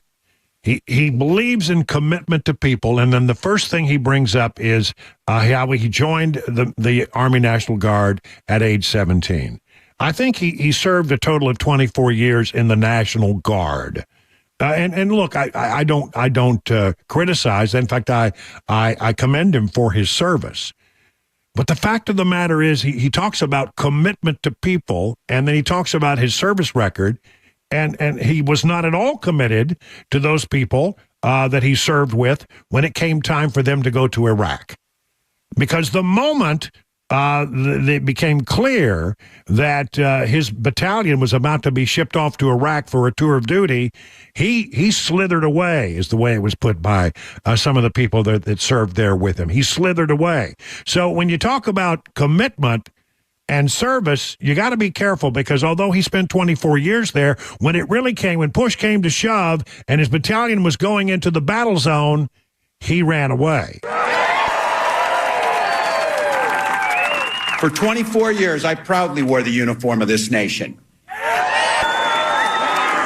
And that service, just as it did for my dad, a Korean War veteran, and millions of others, I got the GI Bill, and it gave me a shot at a college education. And again, I commend you for the 24 years that you served, but you left when your country really needed you. When those who served under you really needed your guidance, you were the senior non-commissioned officer in that particular battalion, and you took off. You took off, but you were willing to take the largesse that comes with serving in the military by taking advantage of the GI Bill. So you wanted all the good things that the military could give you, but when it came time to really getting down to going and serving your country in harm's way, you weren't there. And so don't talk to us about service. Don't talk to us about commitment. J.D. Vance, compare and contrast. When the United States Marine Corps, when the United States of America asked me to go to Iraq to serve my country, I did it. I did what they asked me to do it, and I did it honorably, and I'm very proud of that service. When Tim Waltz was asked by his country to go to Iraq, you know what he did? He dropped out of the Army and allowed his unit to go without him, a fact that he's been criticized for aggressively by a lot of the people that he served with. I think it's shameful. I think it's shameful, too. And I think if I were him, I would take out the word service and commitment in the things that I was saying. You want to know how Waltz shapes up in the ideological spectrum? Well, Bernie Sanders is really excited about this pick as Kamala Harris's running mate. Governor Waltz, he comes from a rural state. He has been a champion of the working class. He's passed some very good legislation. And at a time when we have massive levels of income and wealth inequality, while 60% of our people live in paycheck to paycheck, and the very, very rich are getting much richer, I think the American people want somebody who's going to stand up for them and take on powerful special interests. And I think that Governor Waltz is the person to do that. So if Bernie Sanders is for him, that's all I sort of need to know, right? I mean, I'm the same. Now, Bernie Sanders looks at this guy as one of his own. He is a socialist. He is far radical left. Oh, don't let the ball cap and the good old boy demeanor fool you. This guy is about as far left as they come. You sit down and ask him how he truly believes, and you look at his past statements, that becomes very clear. So the other thing that's going on in the campaign, of course, is that Kamala Harris is running away from the press corps. She won't answer questions. The traveling press corps rarely gets to see her. When she does go before the cameras, it's for a 15-second statement on whatever is going on at that particular moment. It's very scripted. She has one talking point. She delivers it, and then she runs like a scalded dog up the stairs to get away from the press corps before they can ask her any questions.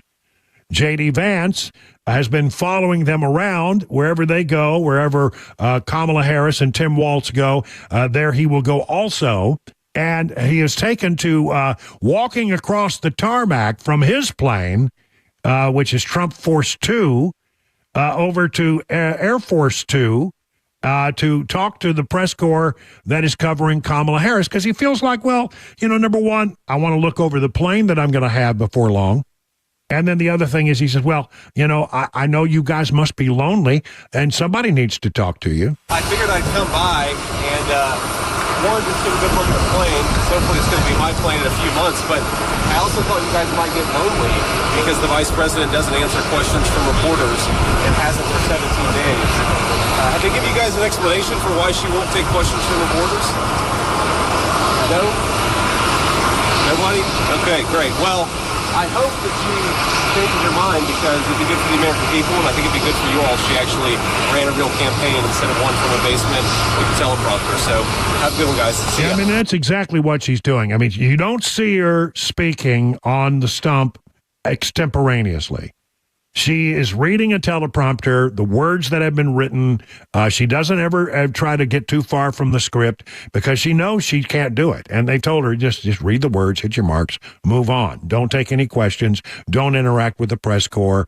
And we'll see how long that can go. Even Van Jones over at CNN says that can't last forever. Hard for people to remember. She's been running for president for 2 weeks, literally for 2 weeks. And so she had to get a lot done in those 2 weeks. She had to get the base of her party. She had to get the actual nomination. You have to pick a VP. So I'm not mad that she's not doing 15 interviews a day, but it can't last. It's very important, and we can't, make favorites. Anybody running for the top office needs to be as available as possible. And Mark Penn, who's a Democrat pollster, say what you will about him. I've always thought he was a pretty straight shooter. Even if you didn't agree with his politics, he always told you what the polls said and his personal sense of it. And this is a guy who knows how to play the game of politics. He's a bit disappointed. I was disappointed by the choice. Look, at the end of the day, will a VP choice really matter? It sort of matters this week. But no, I think she had a choice here. Clearly, Shapiro had the backing of a lot of moderate Democrats and would have been seen as a move towards the moderate center. And clearly, the choice she made is Bernie Sanders' choice.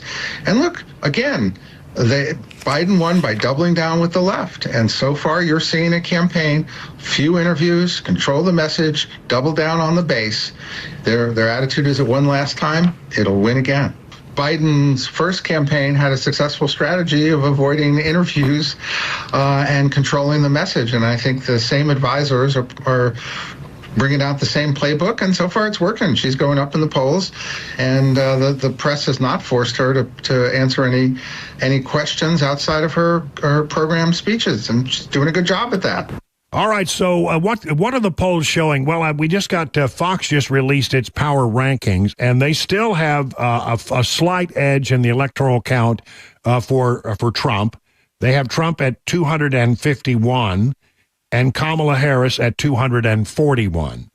Real Clear Politics does an average of polls. They take all the polls and average them, and I think it's a good way to look at polling data because there, you take out, it sort of levels out and tells you probably where you're pretty close to being. It gives a much larger sample when you do it that way. Well, here's where Trump is ahead, but sometimes it's not by much. In Wisconsin, the average of polls shows that Trump is leading by 0.2. 0.2 of 1%, 20%, 0.2%. Pennsylvania, 1.8. Arizona, he leads by 2.8. Nevada, he leads by 4. Looking pretty good in Nevada. Looking okay in North Carolina, leads by 3. In Georgia, things have tightened dramatically. He leads by 0.8. So, I mean, those numbers have tightened up a lot. Michigan, the average of polls says that Harris leads in Michigan now by 2. And in the general election polls, there have been a bunch of them out. Most of them show that Harris is leading between 1 and 4 points. So let's put it at 2 on average. Somewhere around 2 points on average, she is leading in the general election number. Not too worried about that because the general election number, honestly, we've had elections where, Democrats win the popular vote, but don't win the electoral college vote. That's what matters. And Trump's still leading in the battleground average of polls, most of them. On average, he's doing pretty well there, but I mean, it has tightened dramatically in recent days. Is this the high water mark? I think that it probably is. We'll know in a few days. 20 minutes now past the hour of 5 o'clock.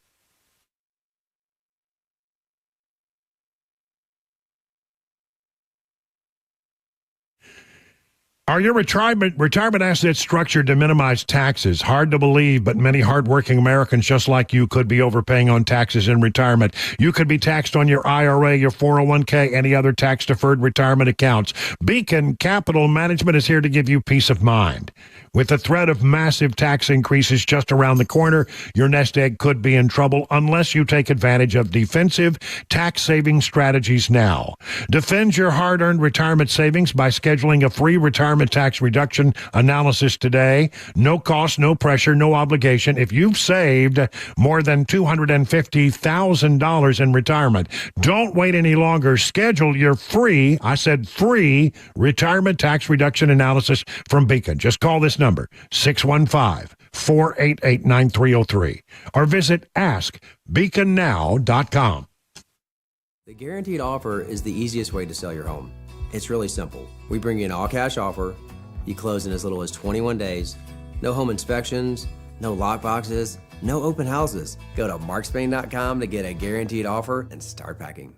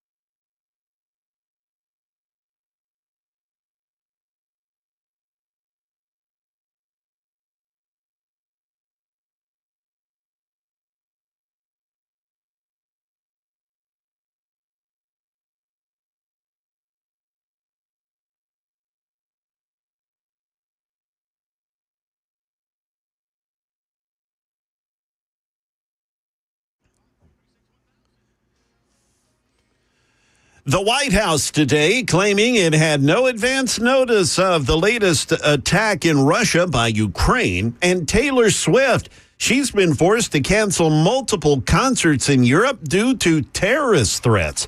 We'll have those stories at 5:30 on Super Talk 99.7 WTN. Yeah, that's very concerning. Taylor Swift, she's, this is the thing that you have to worry about in the environment we're in right now. She's doing these worldwide tours, and she has to cancel, and because there have been people who apparently there was a plot to carry out an attack that was interrupted. And I've got to tell you, this is the thing I'm concerned about right now in our country, because we have had an open border and we got people in this country. We don't know who they are. We don't know where they are. We don't know what they're up to. And a great number of people who around the world who do not consider us their friend have, I think, sent people over here to be bad actors. And so, we need to be worried about that in our country as well. The FBI has said that all of the signs are blinking red, and they're doing all they can to try to undo the damage that's been done by the Biden administration with regard to letting people across our borders unchecked. And it is a real concern right now. And so, we have our fun with Taylor Swift from time to time. We talk about Tay-Tay, but this is scary stuff. And when you have to cancel a concert like that, the terrorists, they win to some degree. They really do. They've caused us to change our way. I want to spend some time talking about this because, I saw this today, and it just irritated me beyond belief. I don't know. We have tradition. Many Americans I know that many people within the sound of my voice right now learned how to read and write by first learning the alphabet, singing the alphabet song. A, B, C, D, E, F, G, right? We've all done that, right? I never had any problem figuring it out. Chris came from Georgia where, obviously at a disadvantage, but it may have been a bigger struggle for you. But, you eventually learned how to read. Yeah, eventually. At some point in your life, you sang the alphabet song, didn't you? I still reference it from time to time, just in case I forget. You want to forget. When I have to think about things in alphabetical order, sometimes I have to sing the alphabet song. Yeah. Just to remember what the alphabetical order is. And it has worked just fine for millions and millions, generation after generation after generation. But now, it's like we had math, and then we had to have new math, and then we had all kinds of different kind of math. They can't leave it alone. They're changing the alphabet song, and this is just wrong. It starts out okay. I won't bore you with the ABC, but as we pick it up about midway, things go terribly wrong. D, E, F, G, H, I, J, K, L, M, N. What? O, P, Q. What? R, S, T. No. U, V, W, X, Y, Z. Oh. Now I never will forget how to say the alphabet. This. Your turn. No. No, it's not my turn. Your turn. No. This is just wrong. Apparently they think that kids aren't smart enough to deal with the conglomeration of elemental P. But she's okay with sticking the words ne and ver in there. Yeah. Did you see how she did that? Ne, yeah, ver. Never forget my alphabet. No, this is wrong. And again, we mess it up. Now, will you ever, you'll never be able to hear the alphabet song the same way after hearing it done, butchered up. It's right here where it starts to go south. O, P, Q, R, S, T, U. No, that's not going to work. Your turn. Yeah, my turn. I'll tell you what I have to say. If you want to change the alphabet song, I have just one word to say to you. Just one word. N-O. No. N-O. You can't do it. This is what happens with, when you start monkeying around with things that have worked so well. I have an old saying, if it ain't broke, don't fix it. But no. Tradition cannot stand. The song that we have sung for generations to teach our children the alphabet now has been changed by educators who think they have a better way, who think that kids aren't smart enough to figure out that LMNOP is not one letter. Wait, it's not one letter? It's not one letter, no. LMNOP. That's the best part of the song.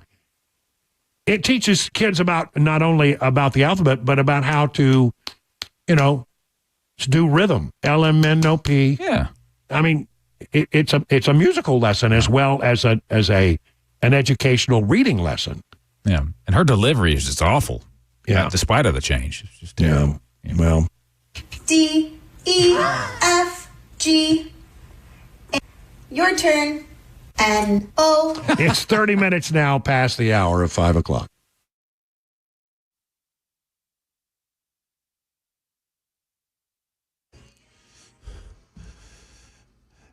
Thanks, Brian. That's going to be in my head now for forever. Almost like the cars for kids. Okay. Hey, it's 5:30, and I'm Jay Harper with your top stories.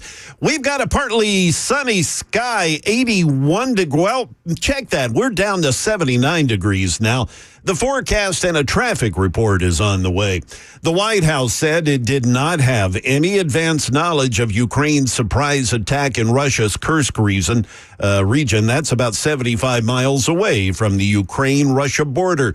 Dozens were injured in the large-scale incursion, which Russian President Vladimir Putin is calling a provocation. At least 31 have been injured, including children. ABC's Michelle Frenzen has more. The U.S. says it was not consulted ahead of Ukraine's deadly offensive into Russia's Kursk region. White House Press Secretary Karine Jean-Pierre at Wednesday's briefing. As for the specific operation, we're going to reach out to them to see what their objective is and continue to stay focused. We are going to continue to stay focused on making sure they have what they need to defend themselves against Russia's aggression. The operation marks the first time Ukraine has carried out a large-scale military operation inside Russian territory since Russia invaded Ukraine in 2022. Now news that American pop star Taylor Swift has canceled all 3 of her upcoming concerts in Austria after 2 individuals were arrested for planning a terror attack.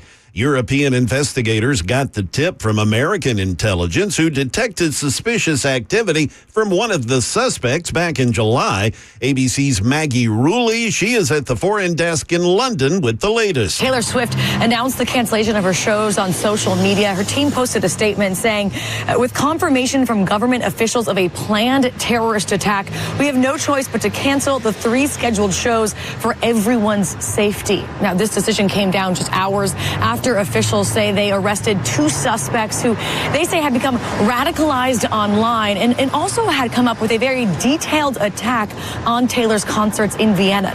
The 3 concerts that have been canceled, they're for Thursday, Friday, and Saturday of this week. That is the latest news. Traffic and weather are next. I'm Jay Harper, WTN News.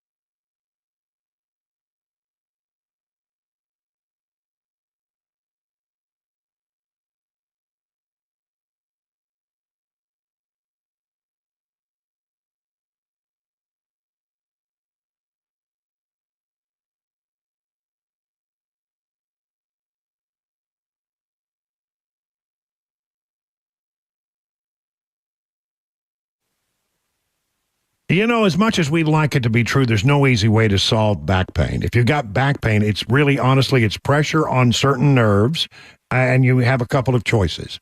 One is to undergo the knife, undergo surgery.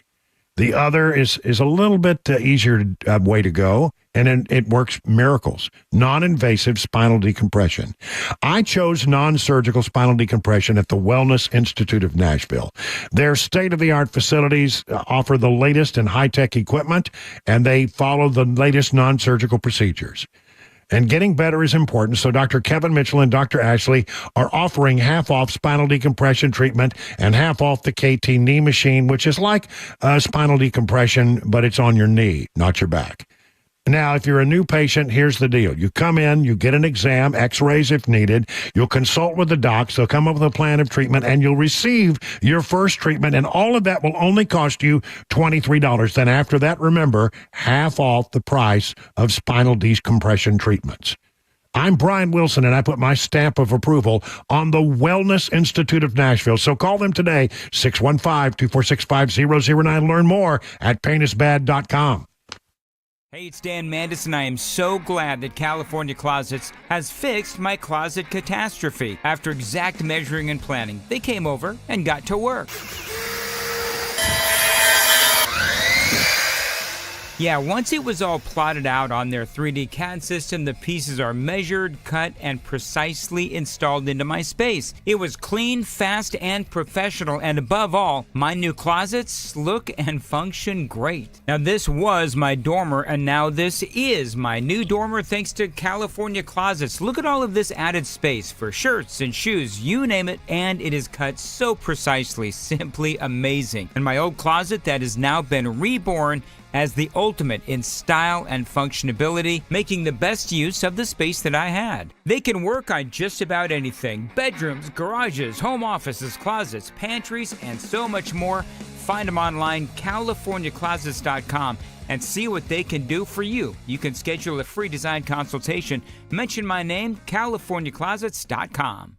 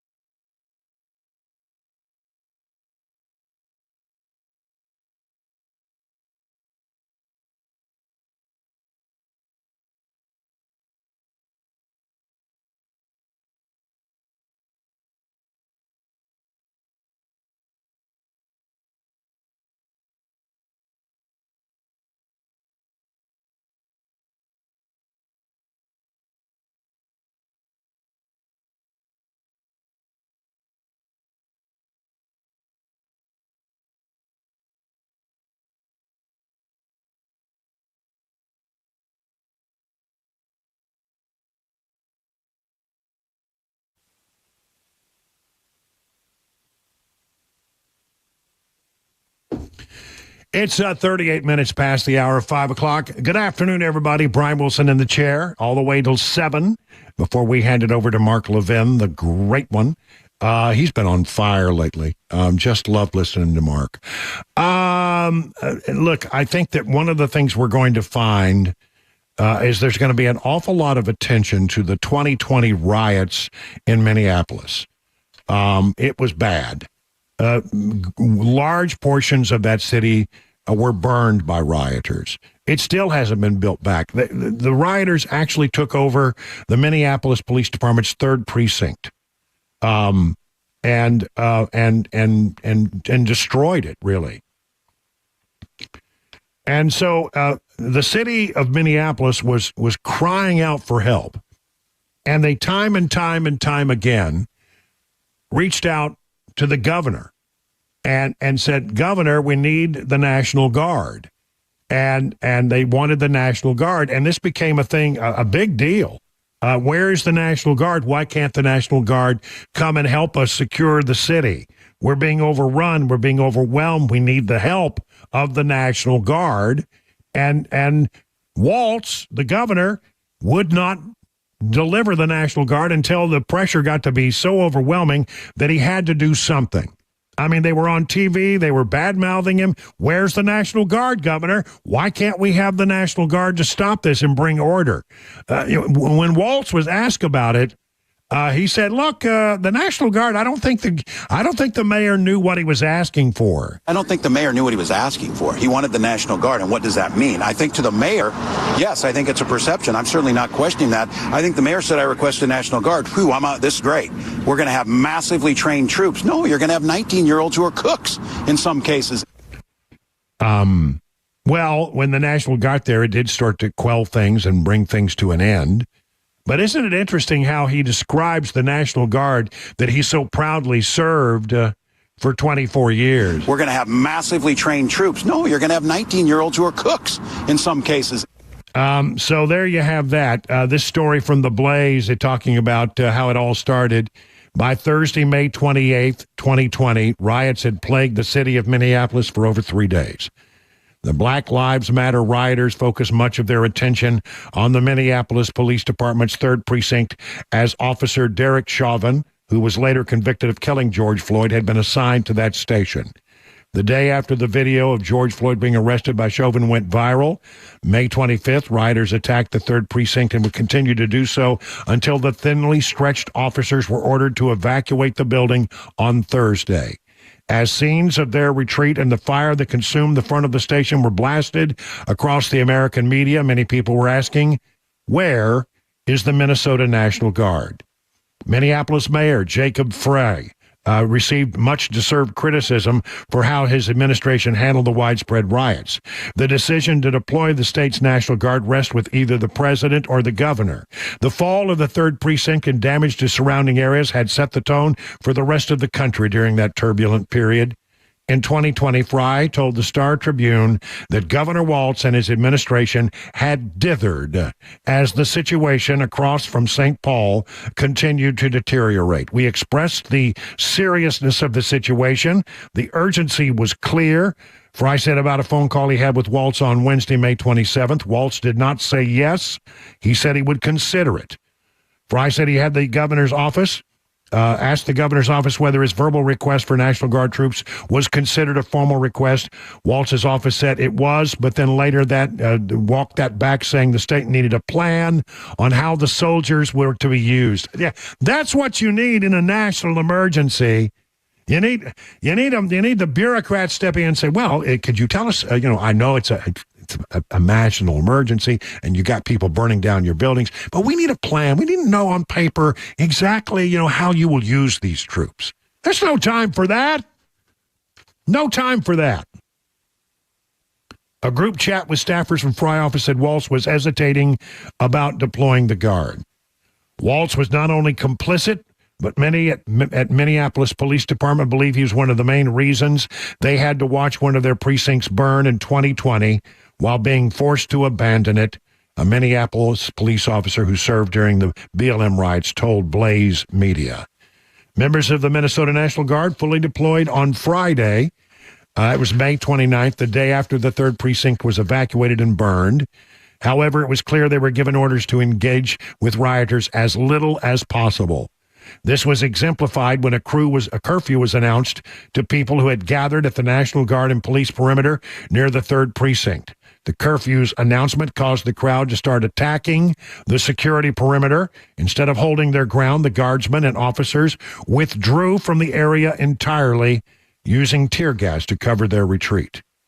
The rioters were once again in control of the area around the 3rd Precinct and followed law enforcement down Lake Avenue in an attempt to burn down the 5th Precinct, but they were unsuccessful. Instead, rioters turned their attention to looting and burning buildings on the rest of Lake Street. The fall of the 3rd Precinct and the damage to surrounding areas had set the tone for the rest of the country during this turbulent period. It signaled to those on the far left that if they put enough pressure and had the numbers, they could get U.S. police officers to abandon their stations. The strategy was nearly replicated in Seattle a few days later, when then Seattle Mayor Jenny Durkan ordered Seattle police to leave the East Precinct after days of rioting outside. The order led to the creation of the infamous Capitol Hill Autonomous Zone, also known as the Capitol Hill Occupy protest.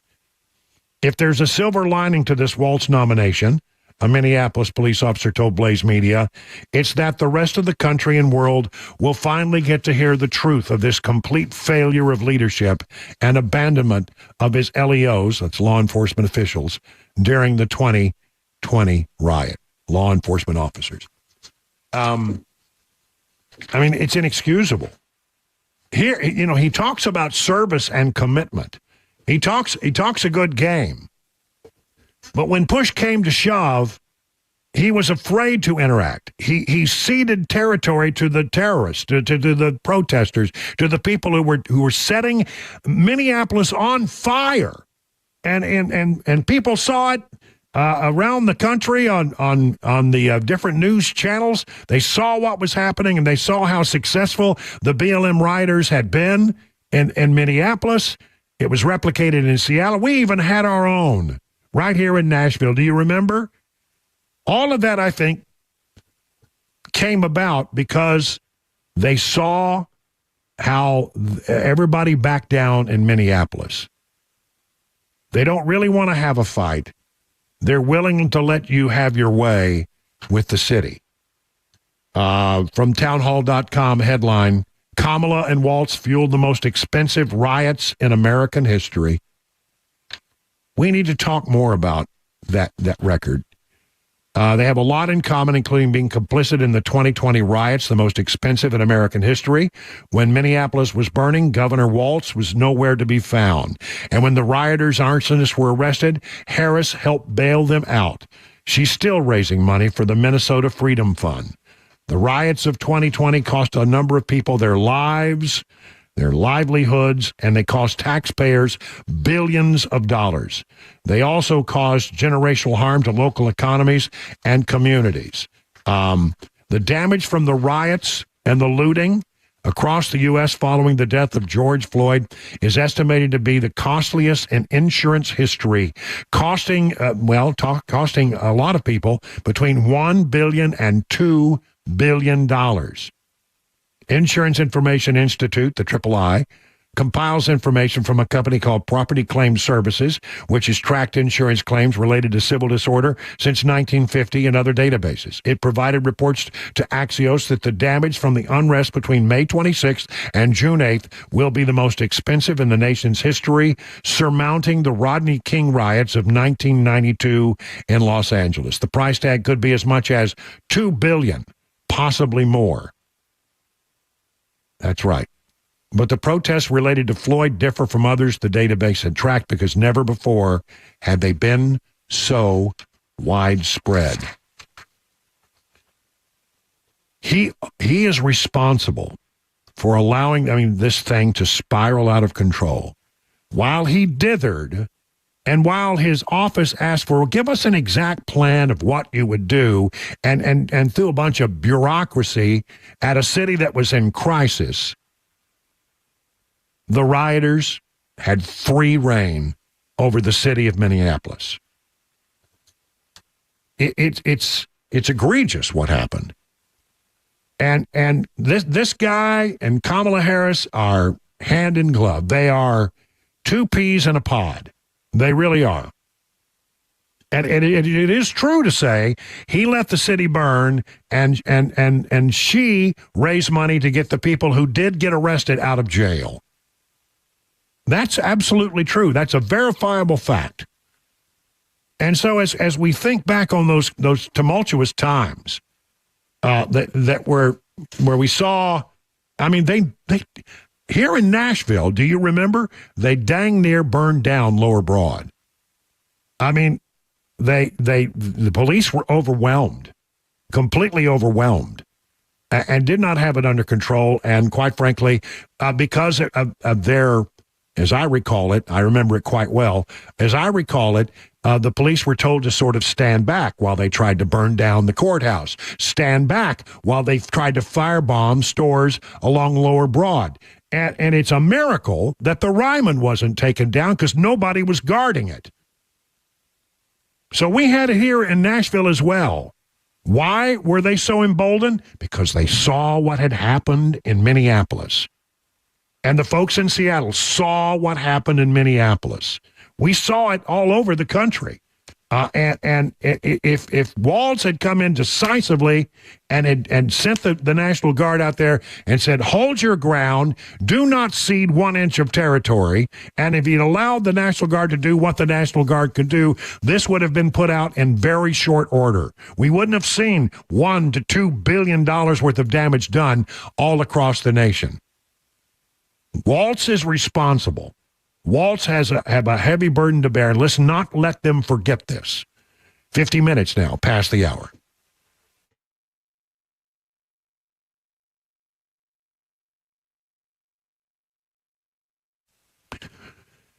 You know, gold is up 78% over the last 5 years. Silver is up 99% in the same period.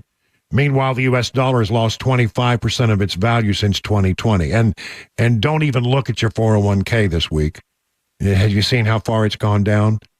Government-induced inflation is stealing your wealth, and it doesn't seem that Washington, D.C. has any plans to stop it.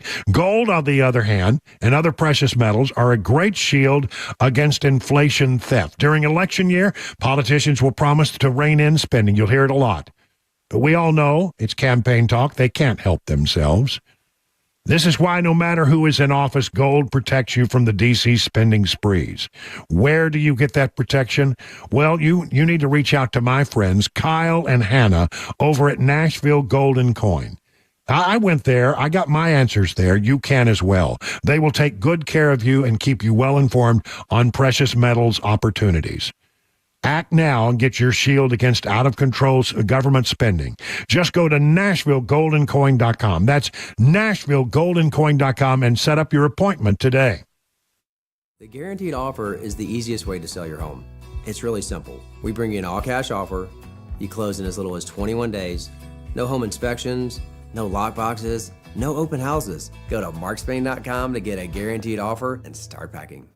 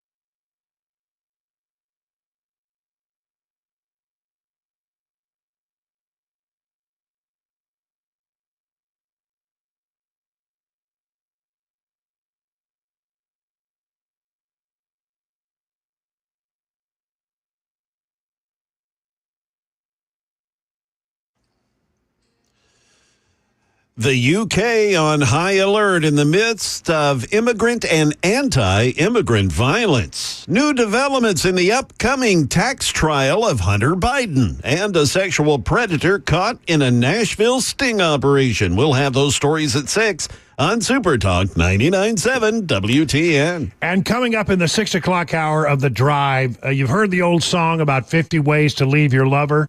How about 20 reasons not to vote for Kamala Harris? Oh, they're good. And we will engage the Wayback Machine. We're going to hold them accountable for the things they have said in the past. It's all ahead right here on Super Talk 99.7 WTN.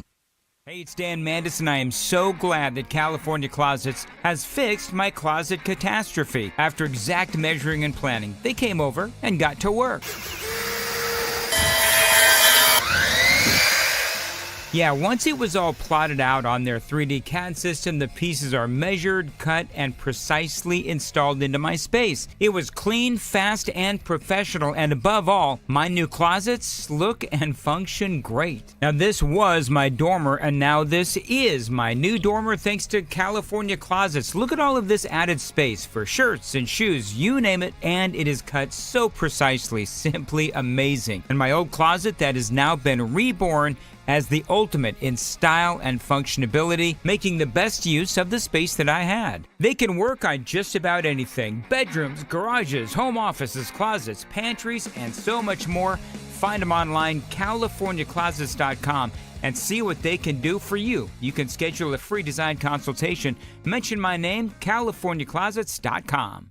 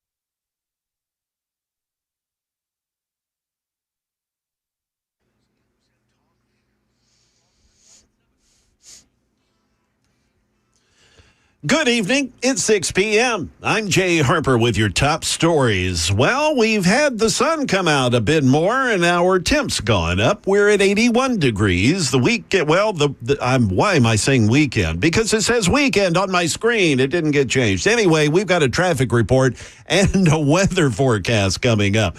The UK on high alert after days of unrest. ABC's Shannon Kingston has more on what caused the turmoil and how the U.S. is responding. British authorities say the wave of anti-immigrant violence racking the country was sparked by disinformation. Rumors on social media falsely claiming that a Muslim asylum seeker was behind a stabbing attack that killed 3 little girls at a dance studio in northern England last month. A U.S. State Department spokesperson declined to say whether any foreign bad actors fueled the discord and backed the UK's effort to restore order. We are learning new information now about what the federal government will argue in its tax trial against Hunter Biden in Los Angeles. The trial currently set to begin in September. Alex Stone, he's with ABC, and he reports from L.A. Prosecutors in special counsel David Weiss's office are now accusing Hunter Biden of accepting payments from a Romanian businessman to influence U.S. government agencies while his father was still vice president. The allegation is the closest prosecutors have come to tying President Joe Biden to his son's overseas business endeavors, a matter congressional Republicans have spent years scrutinizing. Prosecutors allege Hunter Biden tried to conceal the true nature of the work he was performing. Back here in Nashville, Metro Police say another sexual predator has been nabbed in an undercover sting. Channel 4 says TBI agents posing as 12 and 13-year-old girls got into conversations with 30-year-old Scott Quarles on Snapchat and Kik. The agents say Quarles wanted to meet the girls at a mall and wanted to get them pregnant. He allegedly sent instructions on how to download an application where he could track their ovulation cycle. TBI says he also sent multiple nude photos and videos of himself. He's due in court tomorrow, but the investigation's ongoing. Anyone who may have been contacted by Quarles or someone using the name Scoffit on the Kik app or Paul Herring on Snapchat are encouraged to contact TBI. Ken Weaver, WTN News. And that is the latest news. Traffic and weather are next. I'm Jay Harper, WTN News.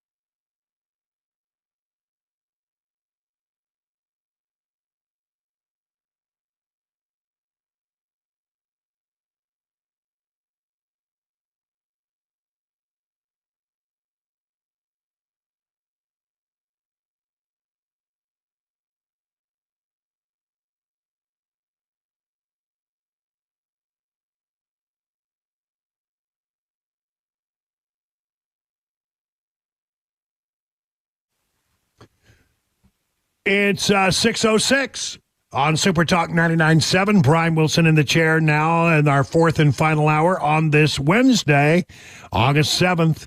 Not too bad weather-wise. It's only 78 degrees outside right now. That's a break, and I'll take it. We had to replace a bunch of bushes because of the freeze. Remember the big freeze that we had? Oh, yeah. Yeah, we had to replace it. And now I think we're going to have to replace some things because of the drought. I mean, it's one thing after another. Of course, it helps if you water your plants, I suppose. I mean, there are those they people do like water, yeah. Yeah, if they don't get water naturally, maybe you should go out there and water them. But, I'm a busy man. I got a lot of stuff to talk about and a lot of things to do. I mean, I don't just sit around despite what Cabana Wife thinks, I don't just sit around all day doing nothing, eating bonbons and Oreo cookies. They're fudge sticks. They're not Oreo cookies. They're fudge sticks. Get it right. Keebler Elf fudge sticks. Yeah. Yum. They're the best. All right. So here we go. I want to just say that I've been thinking a lot about the differences between the Trump-Vance campaign and the Harris-Walz campaign. If you think about it, Trump-Vance, it's drill, baby, drill. With Harris-Walz, it's burn, baby, burn.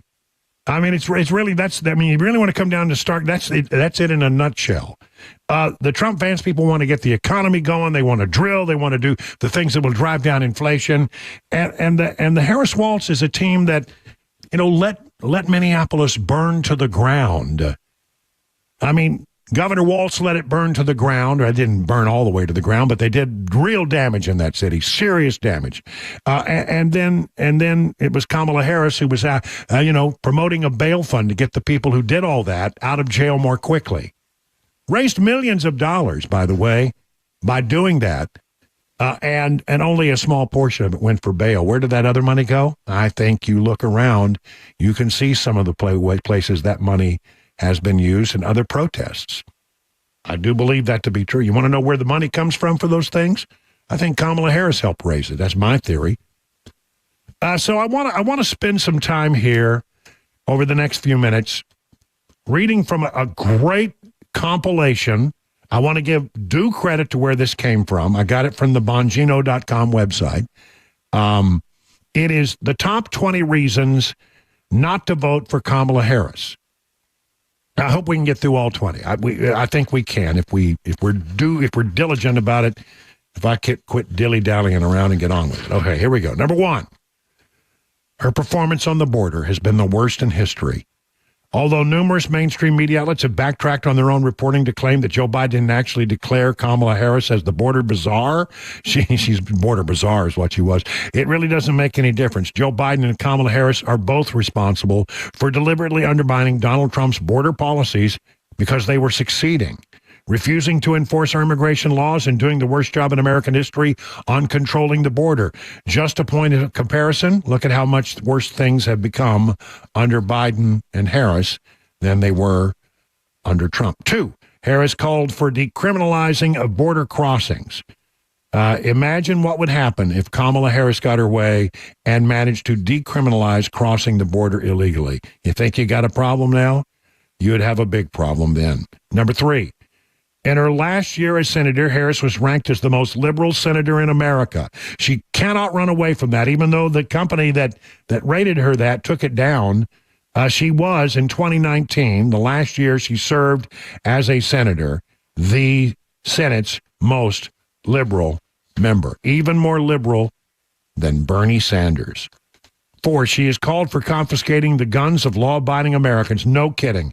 As the NRA has documented, Harris has called for confiscating firearms from law-abiding Americans on multiple occasions. The examples included are at a 2020 presidential campaign event in Londonderry, New Hampshire in September of 2019. Harris said that confiscation of commonly owned semi-automatic firearms was, quote, a good idea. Also in September, during an appearance on The Tonight Show starring Jimmy Fallon, Harris said, I do believe we need to do buybacks. In other words, if she disagreed with a gun you had possession of, she wanted you to turn it over to the government and then they would pay you for it. Yeah. That ain't going to happen. The next month, she called for a mandatory buyback program on an MSNBC gun control forum, and then again in an interview with NBC. She's well on the record of being anti-Second Amendment. Number 5, the Green New Deal disaster. Do we need to go into great detail? This would have cost about 5.2 million jobs, would have cost $93 trillion by some estimates. It was radical, and she was the sponsor in the Senate, and Alexandria Ocasio-Cortez was the sponsor in the House. Number 6, support for Medicare of all. When she was in the Senate, Harris was one of the sponsors of Bernie Sanders' loony Medicare for all bill. It was bad. It was really bad.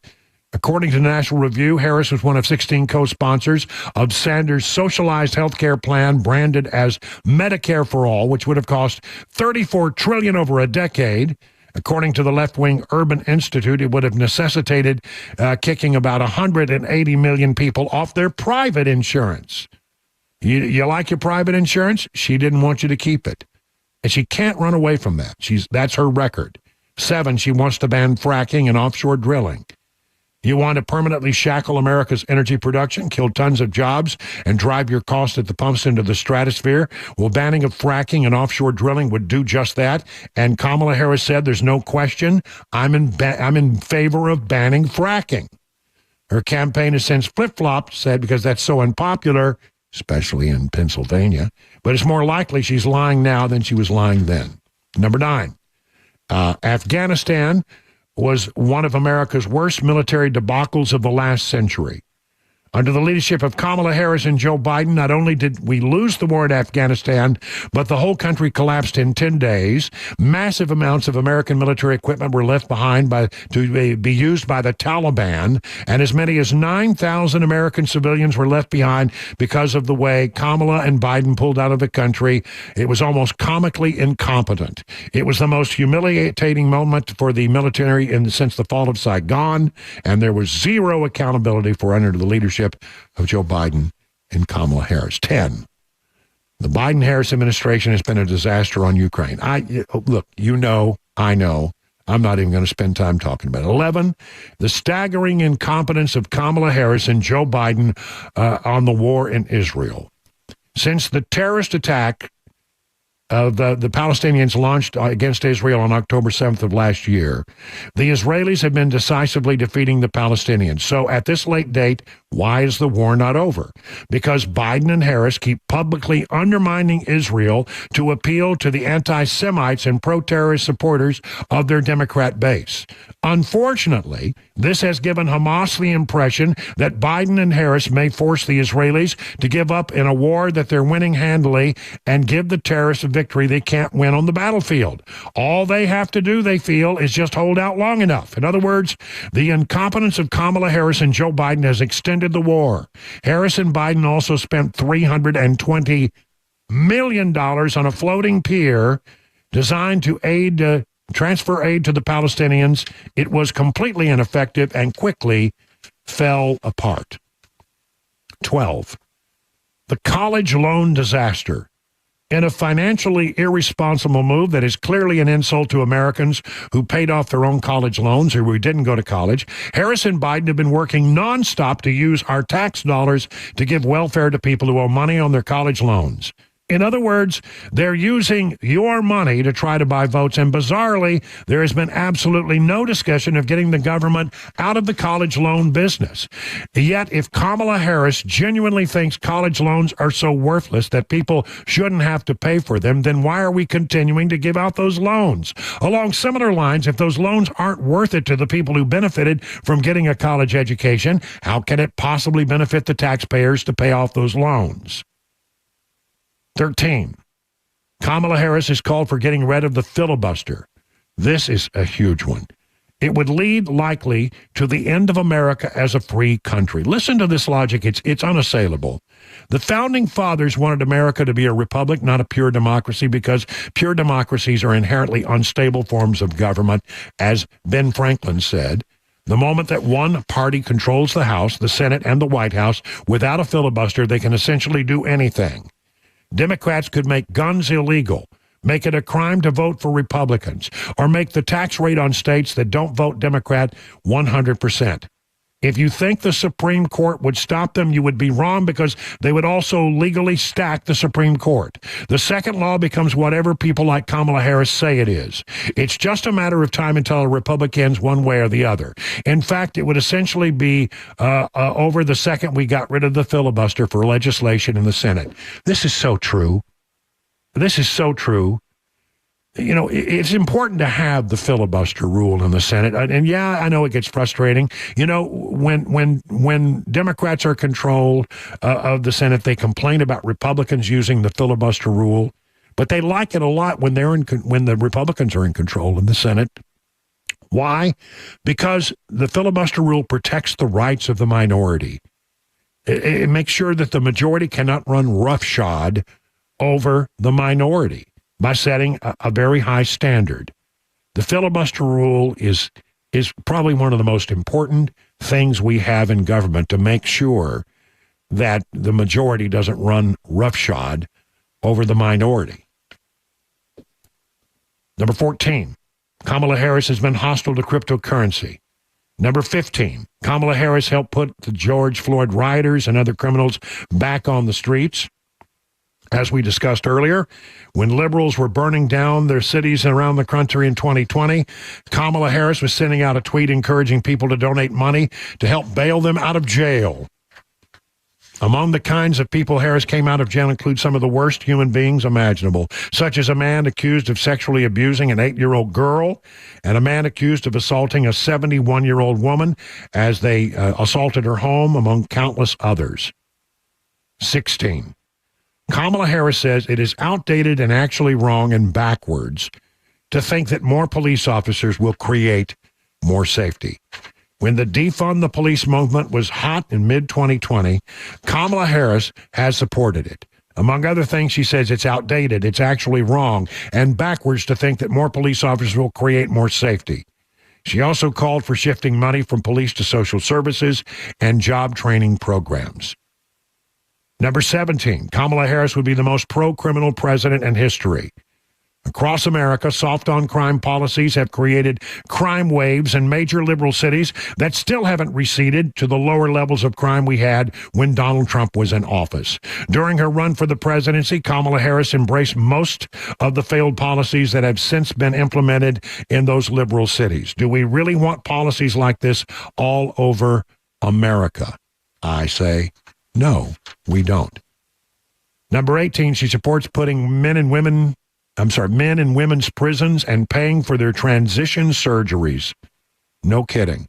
Number 19, her administration is full of weird guys in dresses.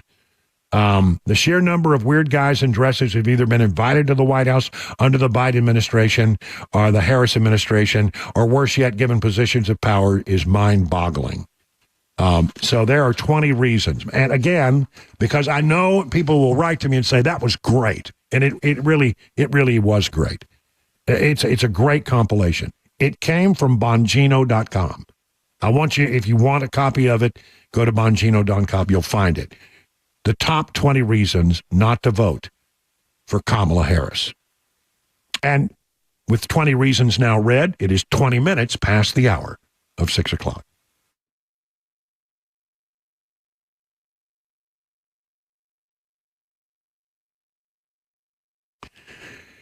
You've heard me talk about the folks at Stoltz Co., two brothers who build great pole barns, and you can use pole barns for a whole lot of things. But let's think of it a little differently.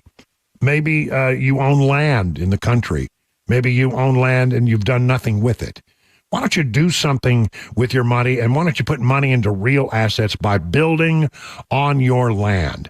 Let Stoltz Co. build high-quality custom structures at a reasonable price. Stoltz Co. is the leading company with the first-class customer service in the creation of post-frame buildings, such as barn dominiums. It's basically a barn that you live in. It's like a home. They're very cool. They're uber popular, and they can build you a great one. They can build pole barns for a whole bunch of different uses. They can build a garage. They can build an equestrian space. How about a place for all your other livestock? How about having on your property an event space that can be rented out? You want somewhere else to hang out on weekends, a future home to retire in? Go to the country to get away from the city and have Stoltz Co. build you a place for the weekends. Listen, high lumber prices are really out of control. This is a good alternative. You can contact Stoltz Co. at 615-622-5992 or look at some of the things they've done for other people at their website, stoltzco.com. That's STOLTZCO, stoltzco.com. Hey, it's Dan Mandis, and I am so glad that California Closets has fixed my closet catastrophe. After exact measuring and planning, they came over and got to work.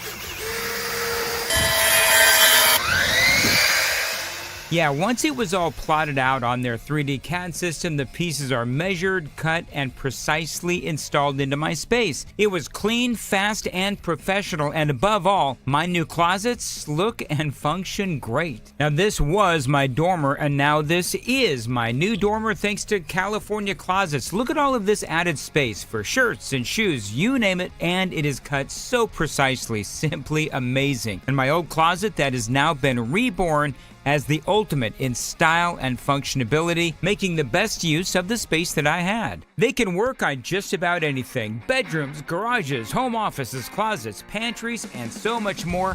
Find them online, CaliforniaClosets.com, and see what they can do for you. You can schedule a free design consultation. Mention my name, CaliforniaClosets.com.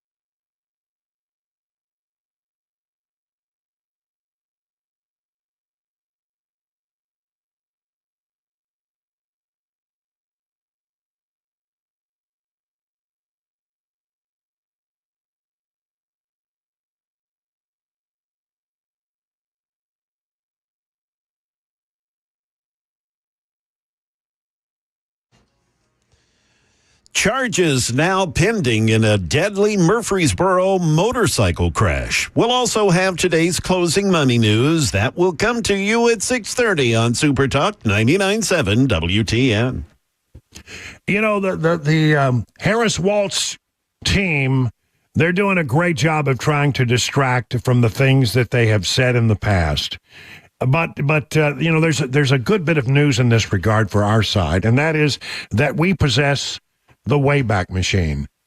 We can go back in time and find the things that have been said. So, Chris, are we ready? Are we ready now to engage the WTN Wayback Machine? Hang on, let me get my safety goggles. All right, helmet in place, goggles on. All right, here we go. Stand back, everybody.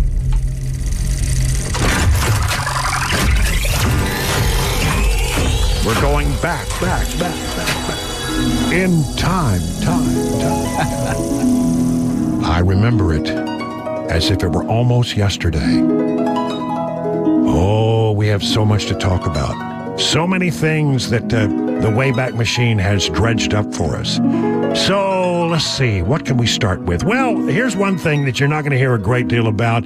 When it comes to the riots in Minneapolis, the governor did not send in the National Guard, and everybody wanted to know, well, why haven't you sent in the National Guard? You need to send in the National Guard. His wife totally embraced the protest. Have you heard this little clip? This is Gwen Waltz, the governor's wife in Minnesota, talking about the 2020 riots that burned down large portions of Minneapolis. I could smell the burning tires. And that was a very real thing. And I kept the windows open for as long as I could because I felt like that was such a touchstone of what was happening. She wanted to breathe in the fumes of burning tires so she could feel at one with the protesters. That's essentially what she was saying. Now, you tell me that's not weird? That's weird. And the governor at the time, the city was saying, please send the National Guard, Governor. Please send the National Guard. And the mayor kept saying, Governor, you got to send the National Guard. We need help here. I don't think the mayor knew what he was asking for. He wanted the National Guard, and what does that mean? I think to the mayor, yes, I think it's a perception. I'm certainly not questioning that. I think the mayor said, I request the National Guard. Whew, this is great. We're going to have massively trained troops. No, you're going to have 19-year-olds who are cooks in some cases. Doesn't have much respect for the National Guard he served for some 24 years, does he? Here is Waltz on gun control from the Wayback Machine. We can do background checks. We can do CDC research. We can make sure we don't have reciprocal carry among states. And we can make sure that those weapons of war that I carried in war is the only place where those weapons are at.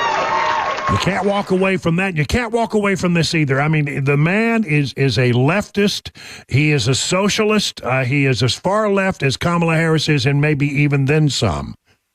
And he said so. He said we should never walk away from our progressive beliefs. Don't ever shy away from our progressive values. One person's socialism is another person's neighborliness. That's right. I don't know what that means, but I mean, he is saying we should never walk away from our socialism.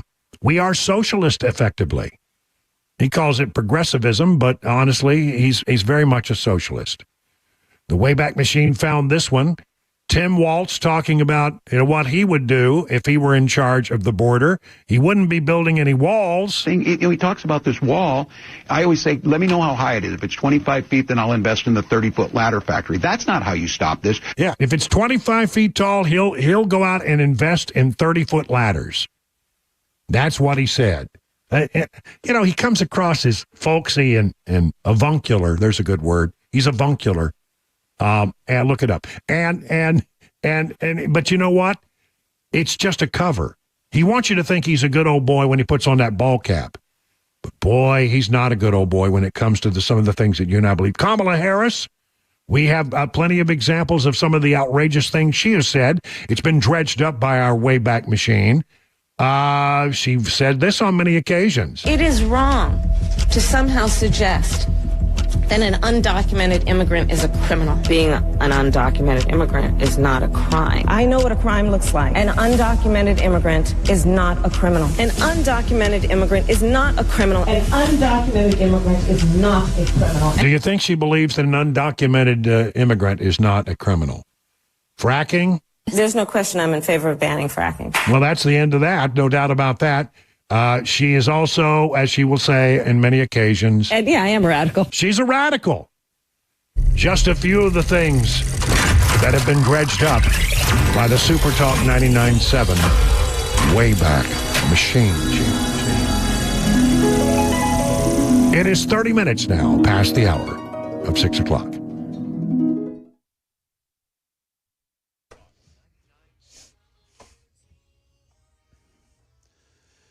Good evening. It is 6:30 p.m. I'm Jay Harper with your top stories. Mostly sunny. We're at 79 degrees. A traffic report and a weather forecast coming up. Channel 4 reporting that a motorcyclist died in a crash in Rutherford County last night, and now the driver involved may be facing charges. That's according to the Tennessee Highway Patrol. Just before 6 p.m. yesterday, a Toyota RAV4 was traveling on Rock Spring Midland Road when it attempted to make a left turn onto Highway 231. At the same time, a Suzuki motorcycle was traveling south on 231, and it collided with the driver's side door of the Toyota. State police report the 26-year-old motorcyclist Ahmed Osman died at the scene of the crash. Charges now are pending against the driver of that Toyota, who was also injured in that crash. We now turn to today's closing money news. We get that from Daria Albinger. From ABC News, Wall Street now, the roller coaster continues for stocks. Dow plunged 234 points. The S&P fell 41 and the Nasdaq gave up 171 points. Earnings season rolls on with Robinhood and Warner Brothers among the companies expected to report after the close. Investors are expected to pay more attention than usual to Thursday's jobless claims report. A lackluster July employment report drove the drop last Friday on Wall Street, which continued into Monday's trading session. Investors are hoping that the monthly report is a one-off. CVS Health cut its 2024 forecast for a third time as the healthcare giant continues to deal with high utilization in its health insurance business. The Walt Disney Company had a profitable third quarter with its combined streaming businesses making money for the first time, paired with a very strong showing in theaters for its latest movie, Inside Out 2. Disney is the parent company of ABC News. That is the latest news. Traffic and weather are next. I'm Jay Harper, WTN News.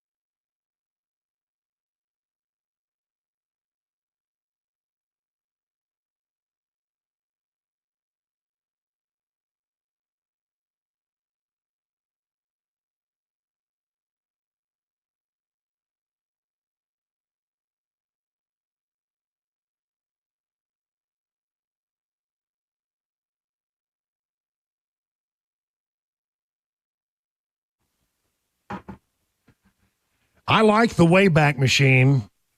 You did a good job building the Wayback Machine, Chris. I like that. A lot of technical stuff involved, Yeah, I mean, and again, it's heavy machinery. Yeah, a lot of equipment, a lot of, calculations. And a lot of voltage. Well, that goes without saying. I mean, it takes a lot of electricity to do that kind of thing. 1.21 gigawatts. I mean, when you stand back, you notice one of these things when you engage the Wayback Machine, the lights sort of dim a little bit. Yeah. Hair stands up on your arms. That's right. And, it's sort of like, it's like, the old science experiment where you put your hand on the ball and your hair stands straight up. That's right. That kind of thing happens. Very similar, yeah. When you launch it.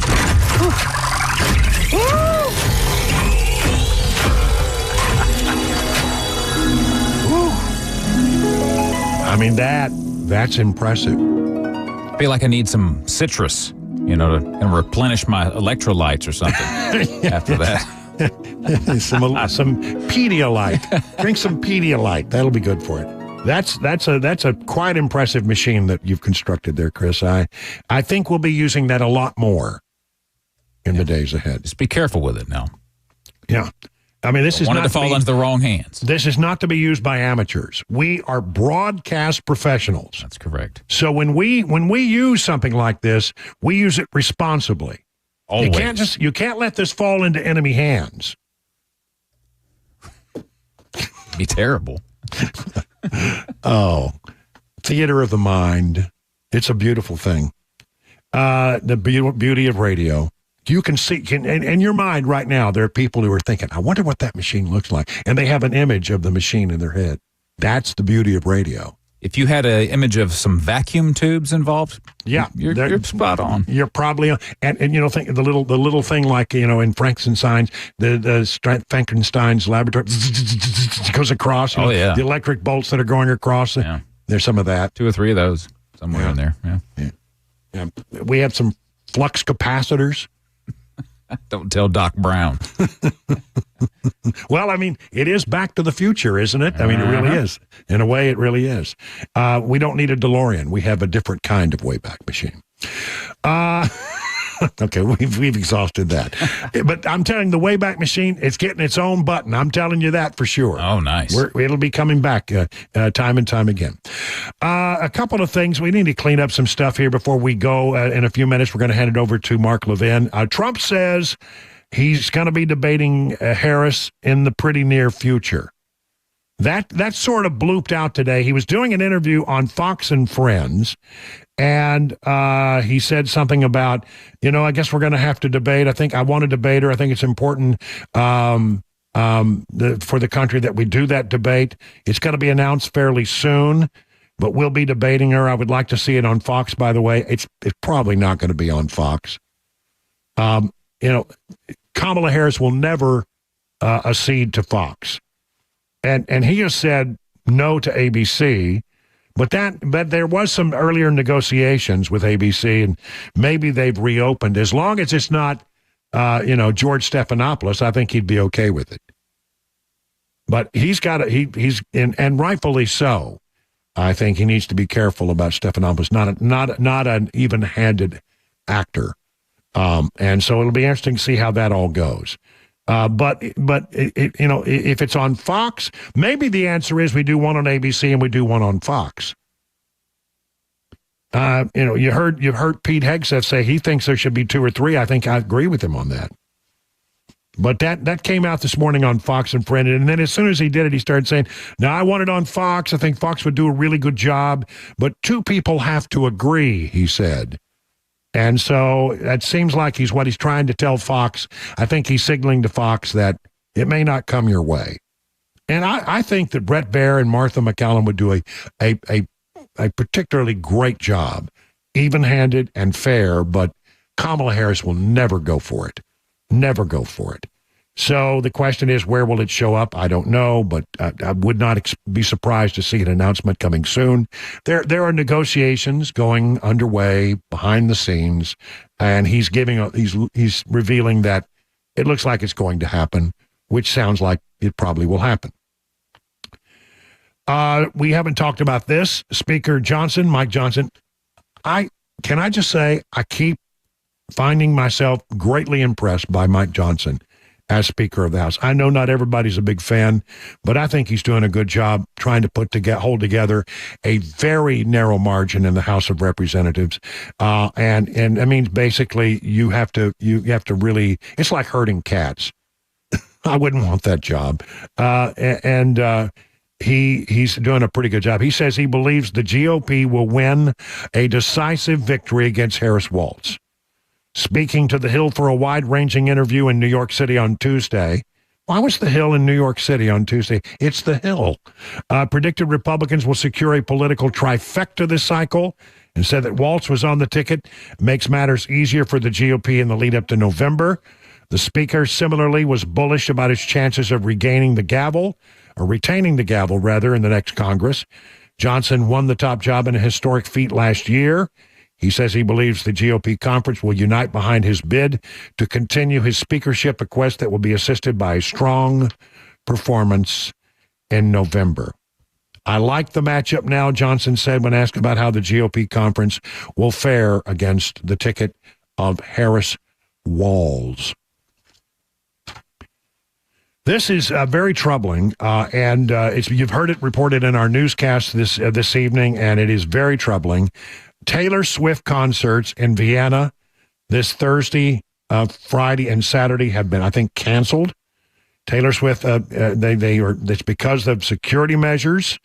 There have been threats against some of their concerts.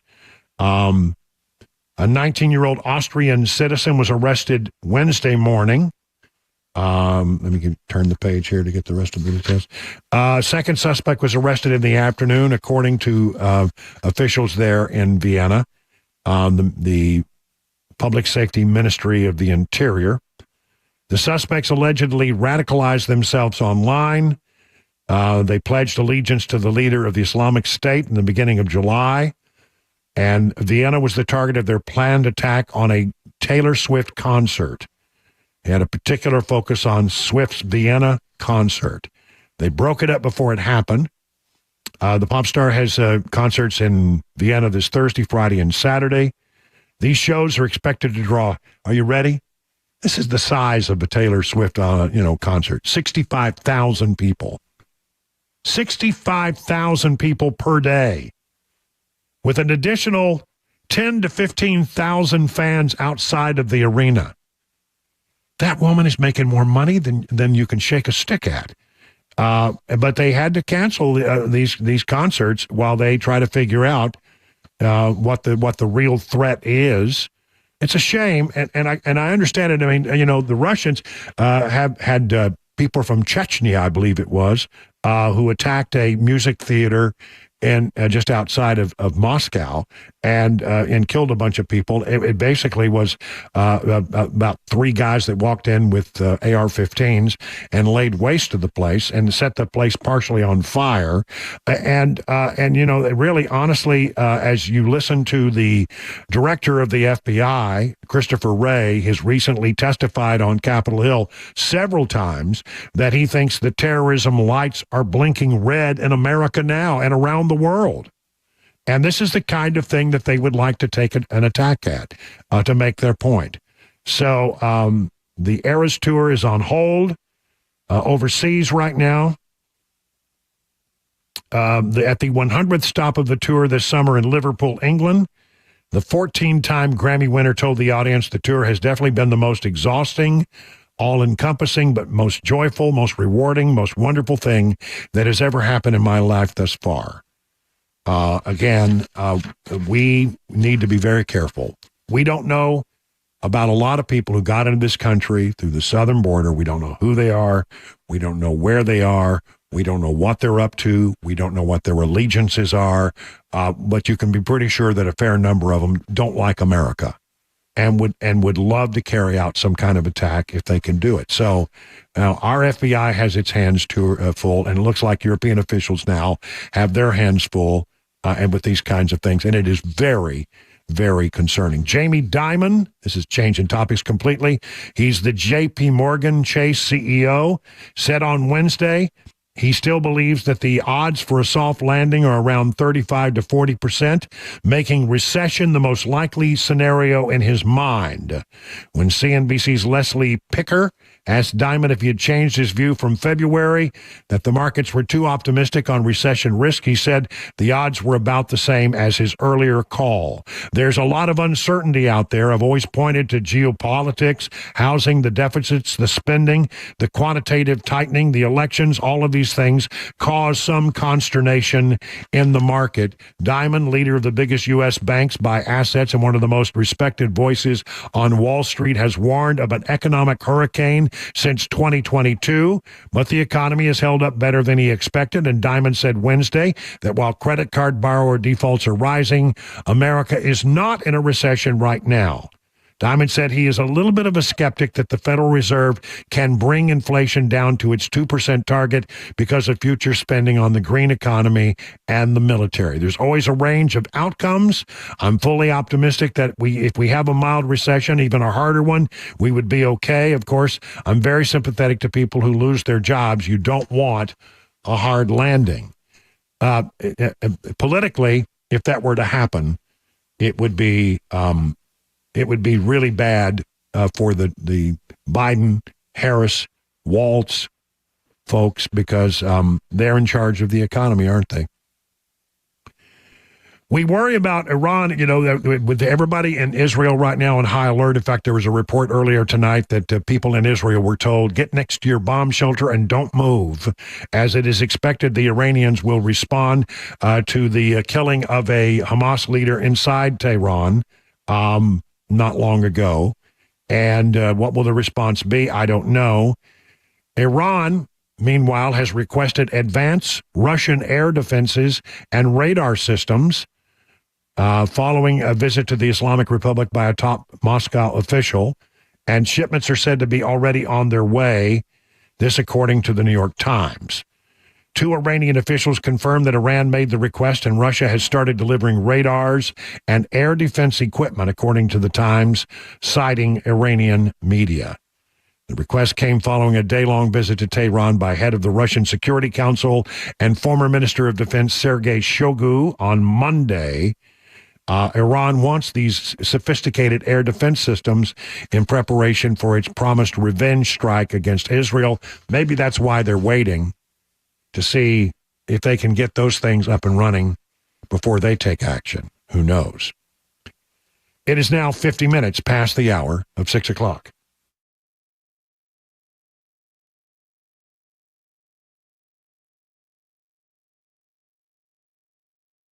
Let's talk about my friends at Grace Point Healthcare. They're known for providing affordable, comprehensive, and convenient medical care delivered the old-fashioned way. And this is what you want, especially the part about being convenient, because they will see you the same or the next day. You don't have to wait days or weeks to see a doctor. I mean, what good is having a doctor? And when you call and you say, hey, doc, I need to get in, they go, well, we can get you in a week or two, maybe a month from now. That's not helpful. When you need to see a doctor, you need to see a doctor now, not 2 weeks, 3 weeks, or a month from now. See, that's the convenient medical care at Grace Point is modern medicine at your convenience, delivered the old-fashioned way. It's still time. If your kid needs a sports physical, Grace Point provides complete physicals for kids of all ages. Located on Main Street in Franklin, here is the number, 615-599-6868. That's 599-6868 to call and set up your first appointment. Hey, it's Dan Mandis, and I am so glad that California Closets has fixed my closet catastrophe. After exact measuring and planning, they came over and got to work. Yeah, once it was all plotted out on their 3D CAD system, the pieces are measured, cut, and precisely installed into my space. It was clean, fast, and professional, and above all, my new closets look and function great. Now, this was my dormer, and now this is my new dormer thanks to California Closets. Look at all of this added space for shirts and shoes, you name it, and it is cut so precisely, simply amazing. And my old closet that has now been reborn as the ultimate in style and functionability, making the best use of the space that I had. They can work on just about anything: bedrooms, garages, home offices, closets, pantries, and so much more. Find them online, CaliforniaClosets.com, and see what they can do for you. You can schedule a free design consultation. Mention my name, CaliforniaClosets.com.